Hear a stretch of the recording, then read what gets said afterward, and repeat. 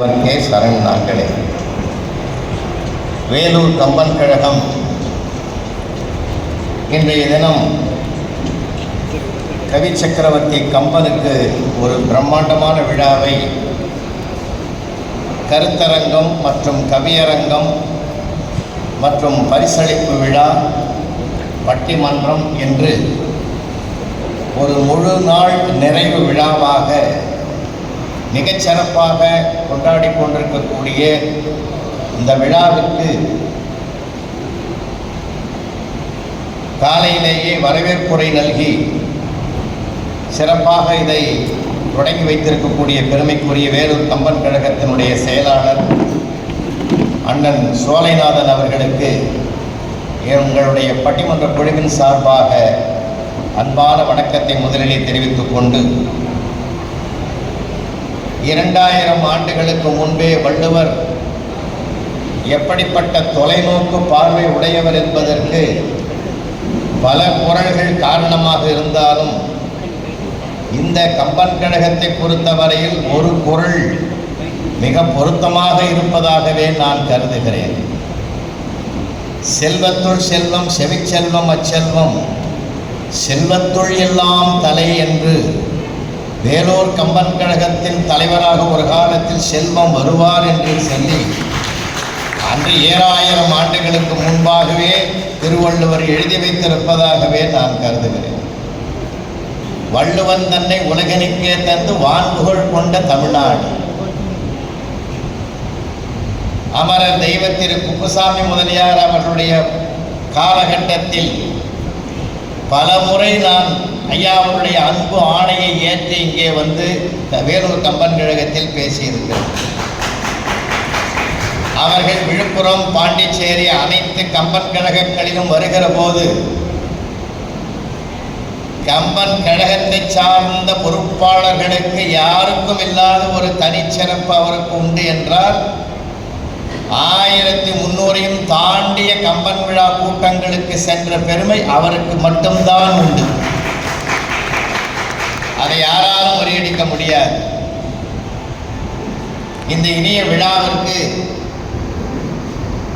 வேலூர் கம்பன் கழகத்தினுடைய தலைவர் கோவி செல்வம் அவர்களுக்கு எங்கள் குழுவின் சார்பாக அன்பான வாழ்த்துக்களையும் வணக்கங்களையும் தெரிவிப்பதிலே பெருமகிழ்ச்சி அடைகிறோம்.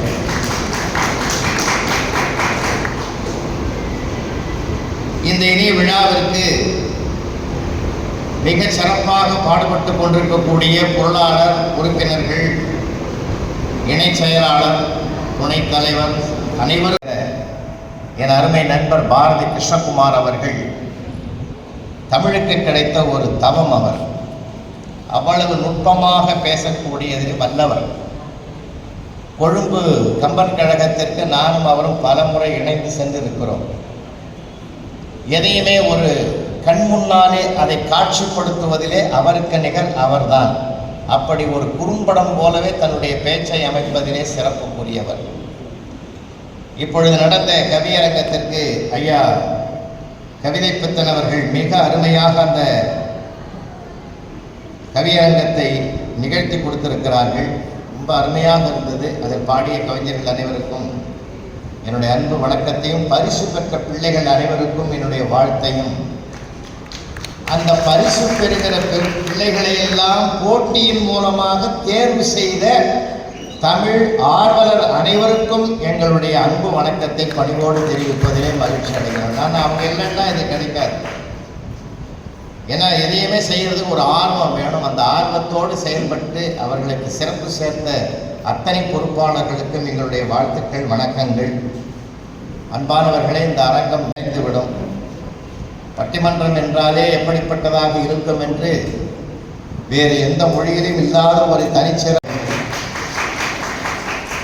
அண்மையிலே சிங்கப்பூரிலே ஒரு பெரிய அரங்கம், சிங்கப்பூரிலே அதுதான் பெரிய அரங்கம், டிக்கெட் போட்டு அது நடத்திய அந்த அரங்கத்தில் என்னுடைய தலைமையில் தான் ஒரு சமுதாய தலைப்பை ஒட்டிய ஒரு பட்டிமன்றத்தை நிகழ்த்தினார். தீர்ப்பு முடிந்த பிறகு கூட எழுந்து செல்ல முடியாத மனநிலையில் அந்த ஆர்வலர்கள் இருந்த அழகை நான் அயல் மண்ணிலே பார்த்து பார்த்து மகிழ்ந்தேன். அப்பொழுதுதான் ஒரு உண்மையை புரிந்து கொண்டேன். இருக்கிற இடத்திலேயே இருந்தால் பெற்றோரின் அருமையும் தெரியாது, பேசும் மொழியினுடைய அருமையும் தெரியாது. நிலம் பெயர்ந்து புலம்பெயர்ந்து நிலம் சார்ந்தவர்களுக்குத்தான் அந்த பிரிவினை காலத்தில் தான் குடும்பத்தின் அருமையும் மொழியின் பெருமையும் தெரியும் என்பதை நான் அங்குதான் கண்கூடாக கண்ட ஒரு மிகப்பெரிய உண்மை. அதனால தான் இன்னைக்கு பட்டிமன்றத்துக்கு தலைப்பு கம்பராமாயண கருத்துக்கள் சென்று சேர வேண்டியது குடும்பத்திற்கா சமுதாயத்திற்கான்னு தான் கேள்வி. இப்போ நம்ம எதை படித்தாலும் அதில் ஏதாவது ஒரு பயன் நமக்குள்ளே வரணும். வான் கலந்த மாணிக்க வாசகனின் வாசகத்தை நான் கலந்து பாடுங்கால் நற்கருப்பம் சாற்றினிலே தேன் கலந்து பால் கலந்து செழுங்கனித்தின் சுவை கலந்து ஊன் கலந்து உயிர் கலந்து உவட்டாமல் இணைப்பது வேணே அருட்பிரகாச வள்ளலார் அந்த மணிவாசகருடைய வாசகத்தை உள்வாங்கி எப்படி அதை படிக்க வேண்டும் வாசிக்க வேண்டும் என்று சொன்னாரோ அப்படி வாசித்தால் ஒவ்வொரு மனிதனையும் உள்ளத்தையும் கவிஞனுடைய ஒவ்வொரு சொல்லும் கருத்தும் ஏதோ ஒன்றை செய்துவிடும். அந்த மனமாற்றத்தையே உருவாக்கும். மூத்த பெருமக்கள் எல்லாம் இந்த அரங்கத்தில் இங்கே வருகை தந்திருப்பதனுடைய நோக்கமே என்ன?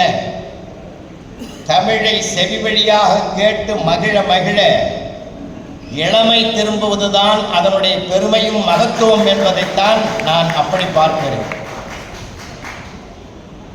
ஒரு நம்ம ரசனை இருக்குல்ல, உண்மையிலே மனிதனுக்கு தான் அந்த ரசனையே இருக்கு. செவிக்கு உணவு இல்லாத போது சிறிது வயிற்றுக்கு ஏற்படும் செவிக்கு உணவைத்தான் முக்கியத்துவம் கொடுத்து வள்ளுவரும் சொல்லி இருக்கிறார். கம்பனுடைய பெருமைகளை எல்லாம் நீங்கள் காலங்காலமாக கேட்டறிகிறீர்கள். அவள் அழகை வர்ணிப்பதற்கு 1000 நாவுடைய ஆதிசேஷனே வந்தாலும் கம்பனிடத்தில் கொஞ்சம் கடன் வாங்க வேண்டும் என்று மந்திரகுமாரி திரைப்படத்தில் முத்தமிழறிஞர் டாக்டர் கலைஞர் அவர்கள் எழுதிய வசனம் அது. அப்படி ஒரு கம்பனுடைய கொள்முதல் பண்ணிக்கிட்டே இருக்கலாம்.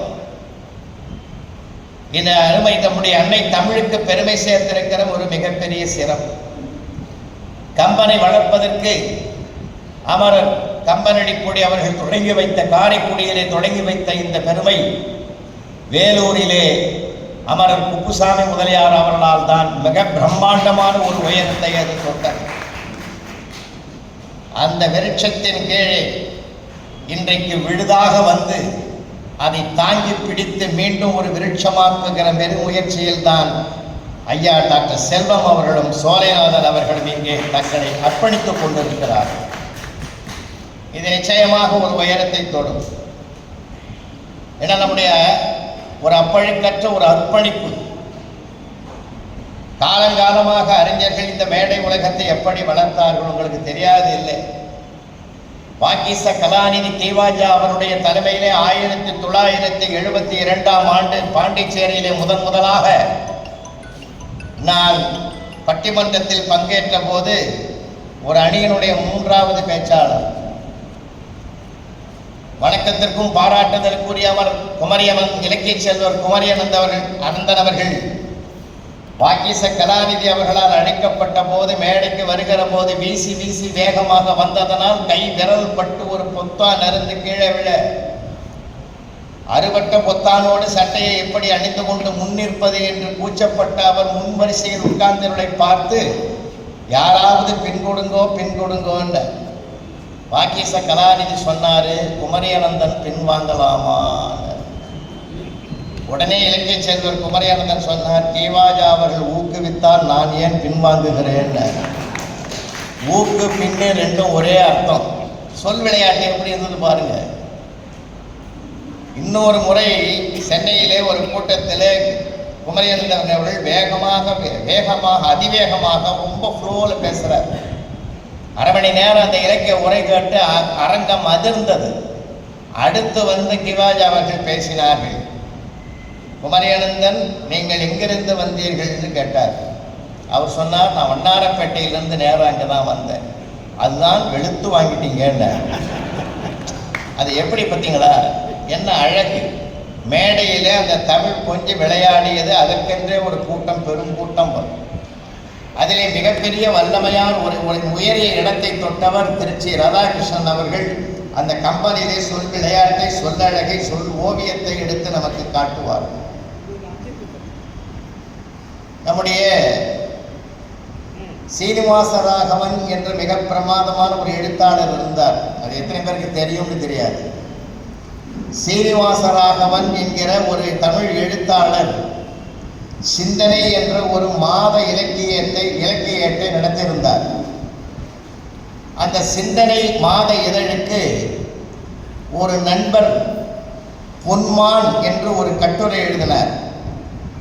அந்த பொன்மான் என்ற கட்டுரையை சீனிவாசராகவன் தன்னுடைய பத்திரிகை சிந்தனையிலே வெளியிட்டார். இதை படித்த ஒரு ஆளு அவர் கடிதம் எழுதினார் சீனிவாசராகவனுக்கு. இந்த பொன்மான் என்ற கட்டுரையை பல வருஷத்துக்கு முந்தி நான் தான் எழுதினேன். அது யாரோ தாம் பேரில் உங்ககிட்ட கொடுத்துட்டாங்க. இதுக்கு உரிமை உடையவன் நான் தான் சொல்லி அவருக்கு கடிதம் எழுதிட்டார். அடுத்த இதழில் சீனிவாசராகவன் என்னமா பதில் சொன்னார் தெரியுங்களா? பொன்மான் ராகவனை ஏமாற்றியது புதியதல்லவே அப்படின்னு பதில் கொடுத்தார். எப்படி? பொன்மான் ராகவனை ஏமாற்றியது புதியதல்லவேன்னு அந்த கம்பனையும் தன்னையும் ஒப்பிட்டு பேசின இலக்கிய அழகு இருக்க அந்த ரசனையாளர்களுக்கு அது ரொம்ப ஆனந்தமாக இருந்தது. தமிழை பேசுவதற்கும் தமிழை கேட்பதற்குமான ஒரு அற்புதமான ஒரு பெருமை இருந்தது. இன்றைக்கும் மதுரைக்கு ஒரு தமிழ் அழகு இல்லையா? மதுரை மண்டலம் என்று பேசுகிற அழகு. திருநெல்வேலி தூத்துக்குடினாக்கா அது ஒரு தமிழ் அழகு. கோவை என்றாலே அது ஒரு கொங்கு தமிழ், ஒரு அழகு. ஆனால் அத்தனையும் கலந்ததுதான் சென்னை தமிழ். அது அழகோ அழகு. நக்கீரன் வளர்த்த நற்றமிழி சென்னை தமிழன் கிஸ்துக்குனே போனான்னு ஒருத்தன் எழுதணும். ஆனால் அங்கே இருந்தும் நாங்கள் தப்பிச்சு பல மேடைகளிலே பல ஆயிரம் மேடைகளிலே பங்கு பெறுவதனால், சுபஞர்களை நாளுக்கு நாள் சந்தித்து மகிழ்வதனாலே இந்த அன்னை தமிழ் அப்படிப்பட்ட ஒரு வரத்தை எங்களுக்கு அளித்திருக்கிறது. அன்பு நண்பர்களே, இந்த தலைப்புக்குள்ளே நான் முன்னுரையில் எந்த செய்தியும் சொல்ல விரும்பவில்லை. ஏன்னா ஒரு பையனையோ ஒரு பெண்ணையோ உருவாக்கி உலகத்துக்கு தருவது மிகப்பெரிய பொறுப்பு. கருவறைக்கும் இருக்கிறது, வகுப்பறைக்கும் இருக்கிறது, சமுதாயத்துக்கும் இருக்கிறது, குடும்பத்துக்கும் இருக்கிறது. ஏன்னா குடும்பங்கள் சரியான பாதையில் பயணித்தால் தான் சமுதாயம் சரியாக இருக்கும். அதனால இன்னைக்கு ராமாயண கருத்துக்கள் ஏராளமாக இருக்குது. அவரவர் பார்வைக்கு அவரவர்களுக்கு ஏற்ற வண்ணம் எடுத்துக்கொள்ளக்கூடிய கருத்துக்கள் நிறைய இருக்குது.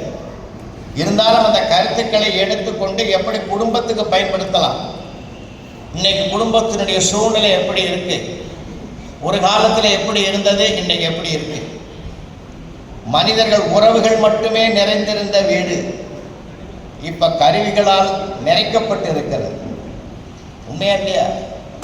கருவிகளால் நிறைக்கப்பட்டு இருக்கிறது. செல்போன் அங்க இருக்குதா? இந்த செல்போன் வந்ததில்லை, அதுக்கு பிறகு மனிதன் காணாமல் போய் கொண்டிருக்கிறான். அது உள்ளங்கையில் வச்சிருந்தீங்கன்னா உலகத்தில் என்ன நடக்குதுன்னு தெரியும். அதை கீழே வச்சிங்கன்னா தான் உங்களை சுற்றி என்ன நடக்குதுன்னு தெரியும். நிறைய பேருக்கு நம்மளை சுற்றி என்ன நடக்குதுன்னு தெரியாமலே வாழ்ந்துங்கிறான் வாழ்க்கை. அதனால தான் ரோட்டில் கிராஸ் பண்ணும்போது அதுகிட்ட தான் பேசணும். ரயில்வே ட்ராக்லையும் அங்கே கால் வருது அவனுக்கு, இதோ வந்துட்டேன்னா அப்போதான் கால் எங்கேருந்து வந்ததுன்னு நமக்கு தெரியுது. அதனால இன்னைக்கு இருக்கிறது அந்த கருவிகளோட ஐக்கியமாயிட்டான் மனுஷன். சார் நீங்கள் நிஜமாக சொல்கிறேன், பெங்களூரில் ஒரு தமிழ் சங்கத்தில் பேசிட்டு இரவில் அந்த டிராவல்ஸில் வர ஒரு சீட்டில் நம்ம கொஞ்சம் தூக்கம் வரல உட்காந்துங்கிறேன். என் பக்கத்தில் ஒருத்தர் உட்காந்துங்கிறார். சார் ஒரு ரோட்டரியில் நாம் பேசுகிற பேச்சை பார்த்துக்கிட்டே வர்றார். அவர் பாட்டு தன்னை மறந்து சிரிச்சுக்கிட்டு வர்றார். பக்கத்தில் தான் சார் நான் உட்காந்துக்கிறேன். நிஜமா திரும்பியே பார்க்கல சார் அவரை. நான் அப்பப்போ கூட நெளிஞ்சு பார்க்குறேன், திரும்பவே இல்லை சார் கடைசி வரைக்கும் அவர். ஏன்னா இன்னைக்கு உலகம் வந்து அதுக்குள்ள ஒரு தன்னை ஐக்கியப்படுத்திடுச்சு சார். நான் இப்போ சமீபத்தில் கூட நீங்கள் யூடியூப்பில் பார்த்துருக்கலாம். இந்த செல்ஃபோன் எவ்வளவு ஆக்கிரமிச்சிருக்குது. லேபர் வார்டில் பிரசவம் ஆகிட்டு அந்த அம்மாவுக்கு பிரசவம் ஆகிட்டு மூச்சை தெளிஞ்சு லெஃப்ட்லேயும் ரைட்லேயும் பெட்டில் தடவுது அந்த பெத்த தாய்.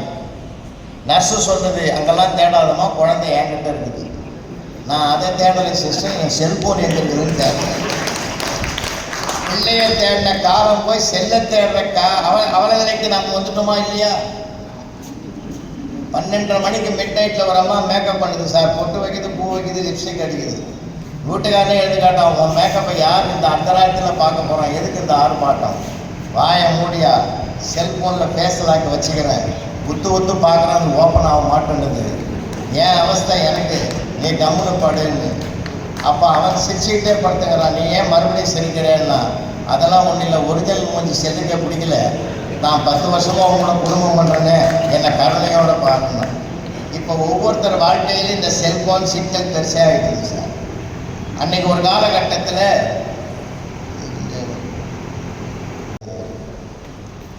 வீட்டில் பேசலாம் கேட்கலன்னு நாங்கள் வெளியே வரோம்.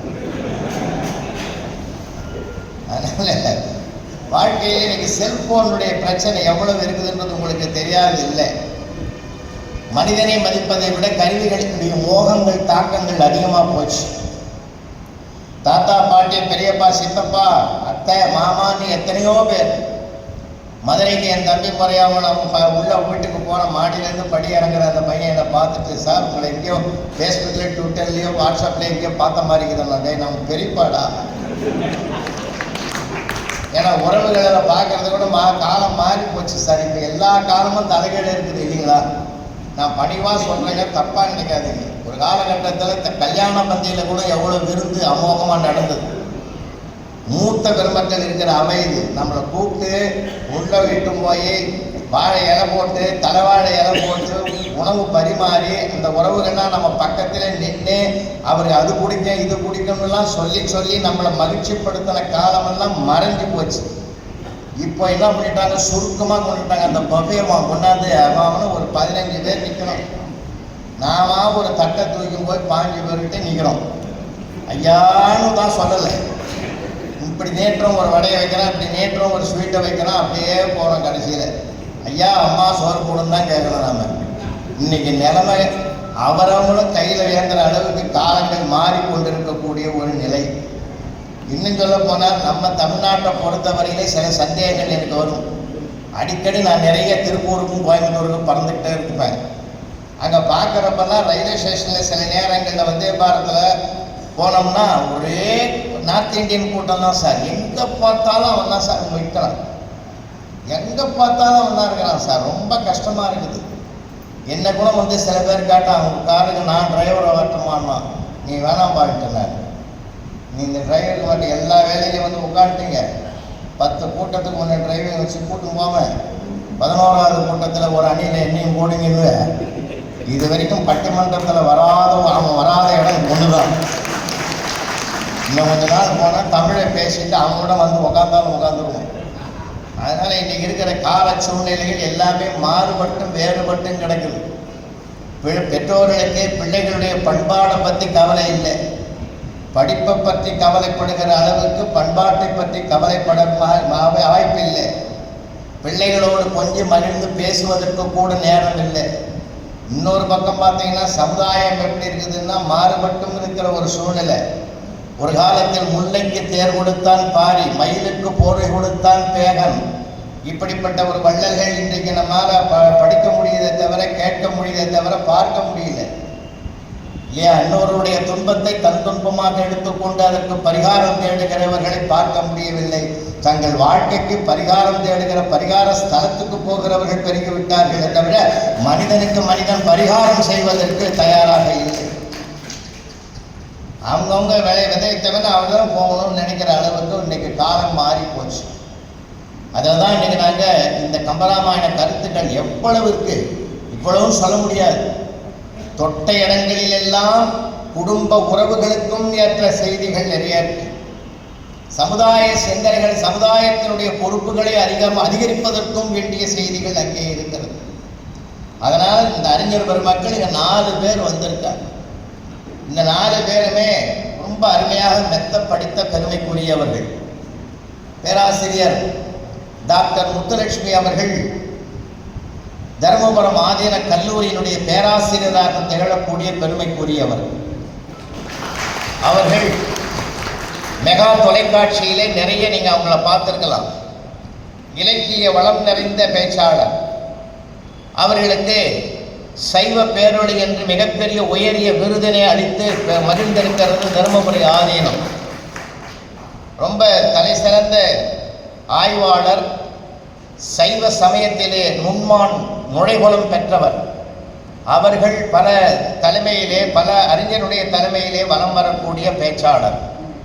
இன்றைய தினம் வேலூர் கம்பன் கழகம் உங்களை அழைக்கிறது என்று சொன்னபோது ஆர்வத்தோடு புறப்பட்டு வந்து நம்முடைய ஆர்வத்தை பூர்த்தி செய்கிற அளவுக்கு கம்பனிலே ஆழங்கால் பட்டு சில செய்திகளை சொல்வதற்காக இங்கே வந்திருக்கிறார்கள்.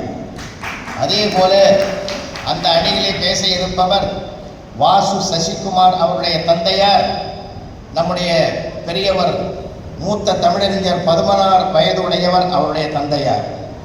சமீபத்தில் அவருக்கு நடந்த 80 நான் கலந்து கொண்டு உரையாற்றினேன். ஒரு மூத்த தமிழ் அறிஞருடைய பிள்ளைதான் அவர். கும்பகோணத்திலிருந்து இங்கே வருகிற திருவிடை மருதூரிலிருந்து வந்திருக்கிறார். அவரும் ஒரு இஸ்லாமிய பள்ளியில், மேல்நிலை பள்ளியிலே முதுகலை ஆசிரியராக பணியாற்றி கொண்டிருக்கிறார். அன்புக்குரியவர்களே, ஜெயா தொலைக்காட்சியிலே எப்பொழுது நடந்தாலும் அந்த சிறப்பு நிகழ்ச்சியிலே பங்கு பெற்று தொடர்ந்து பேசி வருகிற ஒரு அருமையான பேச்சாளர். அப்படிப்பட்ட வாசு சசிகுமார், டாக்டர் முத்துலட்சுமி இருவருமாக கம்பனுடைய கருத்துக்கள் அதிகமாக சென்று சேர வேண்டிய இடம் குடும்பம்தான். பெற்றோர்களுக்கு, கணவனுக்கு போகணும், மனைவிக்கு போகணும், குழந்தைகளுக்கு போகணும், பெரியவங்களுக்கு போகணும். அவ்வளவு செய்திகளும் அவர்களுக்கு ஏற்ற வகையில் உள்ளே நுழைந்தால் கம்பனை நம்ம மேடை போட்டு பேச வேண்டாம், அதாவது போய் சேர வேண்டிய இடத்தில் சேராததனால் தான் இப்படி செய்ய வேண்டியது இருக்கிறது என்று பேசுவதற்காக வந்திருக்கிறார்கள். இல்லை இல்லை, சமுதாயம் நீங்கள் நினைப்பது மாதிரி இல்லை. நானே ஒரு சமயம் முடிச்சூர் பக்கம், தாம்பரம் முடிச்சூர் பக்கம் ஸ்கூட்டரில் போகிற சில ஆண்டுகளுக்கு முந்தி என்னை இடித்து தள்ளிட்டு போகிற மாதிரி ஒருத்தவங்க என்னை ஓரமாக ஒராசிட்டு போனான். என்ன இப்படி நம்மளை இடித்து தள்ளுற மாதிரி போகிறானேன்னு நினச்சேன். போன வேகத்தில் ஒரு கரண்ட் கம்பத்தில் மோதி அவனும் கீழே விழுந்துட்டான். மூர்ச்சையானவனை என் பைக்கு ஓரங்கட்டு நிறுத்தி லாக் பண்ணிட்டு மூர்ச்சையாகிட்டேன்னு நான் விட்டுட்டு போகல.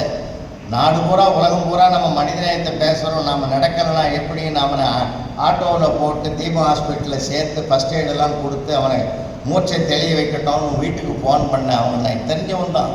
ஃபோன் பண்ணலான்னு பார்த்து வாசலுக்கு வந்தேன், மூச்சிக்கணும் அதுக்குள்ளே. உலவேல் ரொம்ப நன்றி, உன்னை இடிக்கிற மாதிரி போனேன், தப்பு பண்ணிட்டேன். ஆனாலும் கூட அதுக்குரிய தண்டனை நான் அனுபவிச்சுமா கீழே விழுந்தேன். என்னை பார்க்காம போகாமல் என்னை கொண்டு வந்து ஃபஸ்ட் எய்டு பண்ணி என்னை காப்பாற்றின பற்றியா, இதை நான் வாழ்நாளில் மறக்க மாட்டேன். ஆனால் ஒன்று, இதே மாதிரி உதவியை உனக்கு ஒரு காலத்தில் நான் செய்வேன். நம்ம ஏன்டா செஞ்சோன்ற மாதிரி ஆகிப்போச்சு. இன்றைக்கி சமுதாயம் அப்படி தான் சார் இருக்குது இல்லைங்களா? மாறுபட்டு கிடக்குது சமுதாயம். என்ன பெரிய குடும்பம், குடும்பத்தில் நீங்கள் எப்படி இருந்தாலும் வெளியில் வர்றது, வெளி உலகத்தில் நல்லா இருக்கணும் இல்லை, பள்ளி நல்லா இருக்கணும், கல்லூரி நல்லா இருக்கணும், பொது இடங்கள் நல்லா இருக்கணும், பேருந்து நல்லா இருக்கணும். சார் இப்போ தாம்பரத்தில் பார்த்தீங்கன்னா ஐயாவுக்கு நல்லா தெரியும், செல்வ ஐயாவுக்கு, தாம்பரத்துலேருந்து கிளாம்பாக்கம் போகிறது எவ்வளோ வரும்? ஒரு 5 கிலோமீட்டர் இருக்கும். போன வாரம் பார்க்குறேன், நான் அப்படி ரயிலிருந்து வெளியில் வரேன். ஒரு 2 பிள்ளைகளை வச்சுக்கிட்டு ஒரு தாய் தவப்பேன் ஆட்டோ கேட்குறாங்க, இங்கேருந்து கிளாம்பாக்கம் போகிறதுக்கு எவ்வளோ ஆகும்? அந்த ஆட்டோக்காரர் சொன்னார், அன்பாக சொன்னார், ஐயா நீங்கள் 100 ரூபா, அம்மாவுக்கு 100, 200 கொடுங்க. 2 பிள்ளைகளையும் நான் இலவசமாக கூட்டிகிட்டு போயிடுவேன், இப்போ 200 ரூபா கொடுங்கன்னு. அவன் சொல்கிறான், இந்த 2 பசங்களை மட்டும் நீ கூட்டின்னு போ, நாங்கள் 2 பேரும் பஸ்ஸில் வந்துடுறோம்னா. சார் இப்போ எப்படி போகுது சமுதாயம்ன்றதுக்காக நான் இது ஒரு குறிப்பாக சொல்கிறேன். நம்ம கண் முன்னாலே எதையும் பார்த்தாலும் நீங்கள் அதை வேண்டாம்ன்றதை விட, விளக்கிறதை விட, அதிலிருந்து பார்த்தோம்னா அதிலிருந்து நம்மை மாற்றிக்கொள்வதற்கு கூட ஒரு நீதி கிடைக்கும்னு நான் நம்புகிறேன். அதனால்தான் பாட்டன் பாரதி சொன்ன வரி எனக்கு ஒரு உயர்வான வரியாக வாழ்நாளில் தெரியுது. எத்தனை கோடி இன்பமைத்தாய் எங்கள் இறைவா. அவன் எதையுமே துன்பமாக பார்க்கல சார். அதான் பெரிய ஆச்சரியம். அவனுக்கு வாழ்க்கையில மொத்தமும் துன்பம் தான். ஆனால் மொத்தமும் தனக்கு வாய்த்தது துன்பமாக இருந்தாலும் வாழ்க்கையில் அவன் பார்த்தது இன்பத்தை மட்டும்தான். இன்னும் சொல்ல போனால் நம்ம உடம்பே ஒரு கம்ப்யூட்டர் சார். என்ன சொல்றீங்க? நம்ம கம்ப்யூட்டர் வச்சுட்டு அதை ஆச்சரியமா பார்க்கணும். நம்ம உடம்பே ஒரு கம்ப்யூட்டர். நம்ம மூளை இருக்குதாதான் சார் ஹார்ட்வேர். மூளை தான் ஹார்ட்வேர். அதில் தோன்றுகிற எண்ணங்கள் தான் சாஃப்ட்வேர். உடம்பை விட்டுருங்க, கம்ப்யூட்டர் ஆகி போச்சு. கண், மூக்கு, செவி, நாக்கு இவையெல்லாம் தோல். இவை 5 தான் கீபோர்டு. இந்த நெட்டுக்குள்ள நீங்க போனீங்கன்னா ஆயிரக்கணக்கான சேட்டலைட் இருக்கு, ஆயிரக்கணக்கான வெப்சைட் இருக்கு. நம்ம மூளையில அதை விட கோடிக்கணக்கான வெப்சைட் இருக்கு. ஆனா நம்ம வாழ்க்கையில 2 வெப்சைட்டு தான் யூஸ் பண்றோம். ஒன்று மகிழ்ச்சியாக பார்க்கிற வெப்சைட், இன்னொன்று துன்பமாக பார்க்கிற வெப்சைட்டு. அந்த 2லையும் கூட அதிகமாக நம்ம பார்க்கறது துன்பம் என்ற ஒரு வெப்சைட்டை தான் அதிகமாக பார்க்கறதுனால தான் பல பிரச்சனைகள் நம்ம மனசை விட்டு அகலாகவே இருக்குது. சொல்ல போனால் நேற்றையம் என்பது நிச்சயம் இல்லை, நேற்றையது என்பது நிஜமல்ல, நாளையது என்பது நிச்சயம் அல்ல, இன்று இருப்பது உறுதி நிச்சயம் என்பதை நிறைந்த மனசோடு வாழ்க்கையை நடத்தினா வாழ்க்கை சுபிட்சமாக, செயல்கள் சிறப்பாக. ஒன்றை சொல்லி நான் உங்களை பேச விட்டுறேன். ஒரு சில ஆண்டுகளுக்கு முன்பு இன்டர்நேஷனல் லெவல்ல இருந்து ஃப்ளைட்டு விட்டான். எங்க? காஞ்சிபுரத்துக்கு. சென்னை அவங்கவுங்க ஏர்போர்ட்ல இருந்து தான் வந்தாங்க. எதுக்கு? அத்திவரதரை பார்க்கறது. வந்தாங்களா இல்லையா? நிறைய பேர் இருந்தாங்க. இந்த அவையில் அத்திவரதரை யாராவது பார்த்தீங்க? ரொம்ப சந்தோஷம். பார்க்காதவங்க பார்க்கலையேன்னு வருத்தப்படாதீங்க. பார்த்தவங்கள போகும்போது பார்த்துட்டு போயிடுங்க. ஏன்னா அது அத்திவரதரையே பார்த்ததுக்கு சமம். நான் என்ன பண்ணேன், இன்னும் ஒரு வாரத்தில் அத்திவரதர் உள்ளே போகிறாரு குளத்துக்குள்ளேன்னாங்க. சரி, நம்ம தாம்பரம் பக்கத்தில் சில்லபாகத்தில் இருந்துக்குன்னு அத்திவரதரை பார்க்கத்தையான்னு யாராவது போகிற இடத்துல கேட்டால் நம்ம பார்க்கலன்னாக்கா நமக்கு அசிங்கமாக இருக்குன்னு சொல்லி நானும் முயற்சி பண்ணி போயிட்டேன். அங்கே போய் கியூவில் நிற்கிறேன் சார். நமக்கு தெரிஞ்ச பையன் ஓடி வந்து, ஐயா நீங்கள்லாம் நிற்கலாமா, இருங்க நான் உங்களை வேறு வழியில் கூட்டி போனேன். தெரிஞ்சோ தெரியாமலோ வேறு வழியில் போன பாவத்தை தொலைக்கிறதாண்டா அத்திவரதரையே பார்க்க வந்திருக்கேன். இங்கேயுமாடா வேறு வழின்னு. நான் வரல, என்ன நீ என்னை பற்றி தெரியாமல் பேசுகிற, போக தெரியும் நான் யாருன்ட்டு போயிட்டான் சார். ஒரு மணி நேரத்தில் பார்க்குறேன் அபரிமிதமான கூட்டம் வந்து நின்று போச்சுங்க. டிராஃபிக்கில் ஆட்டோ கார் மாதிரி முன்னாடியும் போகுமா பின்னாடி எடுக்க முடியாமல் நான் தவிக்கிறேன், நிற்கவும் முடியல. அப்போது எப்படாது நம்ம போயிடலாமான்னு முடிவெடுக்கிற போது எனக்கு முன்னாடி ஒரு 90 வயசில் ஒரு பாட்டி சார். நாமாவளிகள்லாம் சொல்லுது, கோவிந்தா, மாதவா, யாதவா, கேசவா, மதுசூதனா, முரளிதரா அப்படின்னு சொல்லிடுறது மட்டும் இல்லை, ஸ்லோகங்கள்லாம் சொல்லுது. அப்போ கேட்க கேட்க எனக்கு ஒரு உற்சாகமாக இருந்தது. அப்புறம் பார்த்தா அது இறங்க பார்த்தா 90க்கே இந்த தெம்பு இருக்கும்போது நாம் ஏன் கவலைப்படுவான்னு சொல்லி அந்த பாட்டியே ஃபாலோ பண்ணி போனேன். எங்கள் அத்திவரதர் கிட்ட போகிற வரைக்கும் 90 வயசு பாட்டியை ஃபாலோ பண்ணி போன முதல் ஆள் நான் தான். நல்லதுக்கு தான், அத்திவரதரை பார்க்கறதுக்கு தான். கிட்ட போச்சு சார். நானும் கிட்ட போயிட்டேன். அந்த அத்திவரதரை பார்த்துட்டு கையெடுத்து கும்பிட்டுட்டு அந்த பாட்டி பிரார்த்தனை பண்ணிச்சு தெரியுமா, அத்திவரதா அடுத்த முறையும் நான் வந்து உன்னை சேவிக்கணும். நான் என்ன சொல்ல வரேன், அவர் 40 வருஷத்துக்கு ஒரு தடவை தான் வர போகிறார். இப்பயே அதுக்கு 90 40 கூட்டி பாருங்க, 130 வருஷம் இந்த மண்ணில் வாழ்வோம் என்ற நம்பிக்கை இருக்குது பார்த்தீங்களா? அந்த நம்பிக்கை தான் சார் வாழ்க்கை. அந்த நம்பிக்கை தானே வாழ்க்கை. தன்னை நம்பர் தானே சார் தன்னம்பிக்கை. இன்னொருத்தரை நம்பி வாழ்வது வாழ்க்கை அல்ல. அதனால தான் பெரியவங்க சொன்னாங்க, 1000 பேரை எதிர்த்து வாழலாம், ஒருவரை கூட எதிர்பார்த்து வாழக்கூடாது. எவ்வளவு ஒரு உயரிய சிந்தனை! மேதக அப்துல் கலாம் அவ்வளவு இளைஞர்களையும் சந்தித்த காலத்தில் இதைத்தானே, இந்த நம்பிக்கையை தானே விதையாக்கி விதைத்தார். கம்பனுடைய பாடல்கள், பாட்டுக்குள்ளே இருக்கக்கூடிய ஒவ்வொரு சொற்கள் சாதாரணமானதில்லை சார். நம்மளை அப்படியே இழுத்துக்கிட்டு போயிடும். வெய்யோனொளி தன்மேனியின் விரிசோதியின் மறைய பொய்யோ என இடையாளுடன் போனான் மையோ மரகதமோ மறிகடலோ மழை முகிலோ ஐயோ இவன் வடிவென்பதோர் அழியா அழகுடையான்னு ஒவ்வொரு வார்த்தைகளை நாம் ஆழ்ந்து உணர்ந்து அதுவாக மாறி படிக்கிற காலத்தில் அதனோடு பயணம் பண்ணக்கூடிய அளவுக்கு ஒரு படப்பிடிப்பை ஒவ்வொரு பாடலிலும் வைத்திருக்கிற அழகுதான் கம்பனுடைய மிகப்பெரிய சிறப்பு. எந்த இடத்தில் எதை தொட்டாலும் சரி, ஒவ்வொரு பாடல்களுக்கும் ஒரு உண்மைத்தன்மை, ஆழ்ந்த மனப்பான்மை, ஆழ்ந்த கருத்துக்கள், ஒரு உலகியல் பார்வை, வாழ்வியல் சிந்தனைகளை அள்ளி கொடுக்கக்கூடிய ஒரு அழகு தாண்டவாடுகிற ஒவ்வொரு பாடலிலும் காணலாம். சொல்ல போனால் ஒரு பழத்தில் எத்தனை விதைகள் இருக்கிறது என்று சொல்லிவிடலாம், ஒரு பழத்தில் எத்தனை விதைகள் என்று சொல்லிவிடலாம். ஆனால் ஒரு விதைக்குள் எத்தனை பழம் விதைகள், ஒரு விதைக்குள் எத்தனை பழங்கள் இருக்கிறது என்று சொல்ல முடியாது. கம்பனுடைய சொல் ஒவ்வொன்றும் ஒரு விதைக்கு சமம். ஆயிரம் கருத்துக்களை எடுத்து சொல்லக்கூடியது. ஒருவேளை போர்க்களத்திலே பாடப்படுகிற அத்தனை பாடல்கள் தேவையா? அபரிமிதமான கற்பகடல்களை எல்லாம் போய்ச்சிருக்கிறாரே, அந்த கற்பனை பாடல்கள் எல்லாம் தேவையற்றது என்று ஒரு சிலர் சொன்னாலும் கூட அது தேவை என்பதை நாம் எப்படி பார்க்கிறது? அழுகிய பழமாக இருந்தாலும், பழம் அழுகி போனதாக இருந்தாலும் அதற்குள் ஆயிரங்காலத்து விதை இருக்கும் என்பது உண்மை என்பதனாலே தேவையற்ற பாடல்கள் என்று கருதுவதில் கூட தேவையான செய்திகள் ஏதாவது ஒன்று இருக்கும் என்பதுதான் அசைக்க முடியாத கருத்து. அந்த சந்தத்தில் மூழ்கணும். கவிதைக்கு சொன்னார் பாருங்க, அந்த சந்தத்தில் மூழ்கணும்னு. உறங்குகின்ற கும்பகர்ண உங்கள் மாய வாழ்வெல்லாம் இறங்குகின்றது என்று கான் எழுந்திராய் கரங்கு போலும் பிற்பிடித்த கால தூத கையிலே உறங்குவாய் என கிடந்து உறங்குவாயில நான் ஒரு கிங்கர்களை கையிலே உலக்கையை கொடுத்து உறங்குகிற கும்பகர்ணனை எழுப்புகிற காட்சியை கம்பன் தன் சொல் வடிவத்திலேயே அந்த காட்சியை கண் முன்னால் கொண்டு வந்து காட்டுகிறார் என்றால் இதுதான் கம்பனுடைய கவிதைக்கு கிடைக்கிற வெற்றி. அதாவது பாடல்களுடைய அழகு இன்னைக்கு நம்ம கொண்டு போய் சேர்க்கணும். இளைஞர்களுக்கு நிறைய செய்திகள் அதில் கொட்டி கிடக்குது. ஒரு இளைஞர்கள் எப்படி இருக்க வேண்டும், ஒரு தாய் எப்படி இருக்க வேண்டும், ஒரு தந்தை எப்படி இருக்க வேண்டும். சில இடங்களுக்கு கம்பன் நம்மளை அப்படியே அழிச்சு போயிடுவான் சார், குடும்பத்துக்குள்ளே கூட்டிட்டு போயிடுவான். தசரதனுக்கும் கைகைக்கு நடக்கிற உரையாடல் உங்கள் எல்லாருக்கும் தெரிந்தது. ஒரு இடத்துல நம்மை நாமே கரைச்சிடுவோம், ஐயோ இப்படி நம்ம பிரச்சனை வந்துட்டுதே.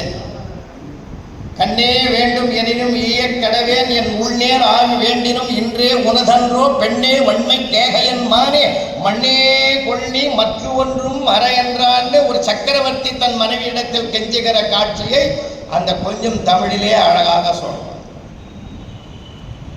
அதை கொண்டாந்து பார்க்கலாம். இன்னைக்கு ஒரு சேர் போட்டு வீட்டுக்குள்ளேயே கணவன் உட்காந்துங்கிறான், ஒய்ஃபு சொல்லுது, ஏங்க நான் வெளியில போறோம், உங்களுக்கு என்ன வேணும்? அதை விட எனக்கு என்னடி வேணும்னா அப்போ ஒரு நெருக்கடி நிலைமை கூட நாம அனுபவிக்கிற போது கம்பனுக்கும் தசரதனுக்கும் இருந்திருக்கிறது. அப்படி ஒரு மனம் தானே சார் மனிதனை தீர்மானிக்குது. இதெல்லாம் நம்ம நிறைவில் நான் பேச தயாராக இருக்கிறோம்.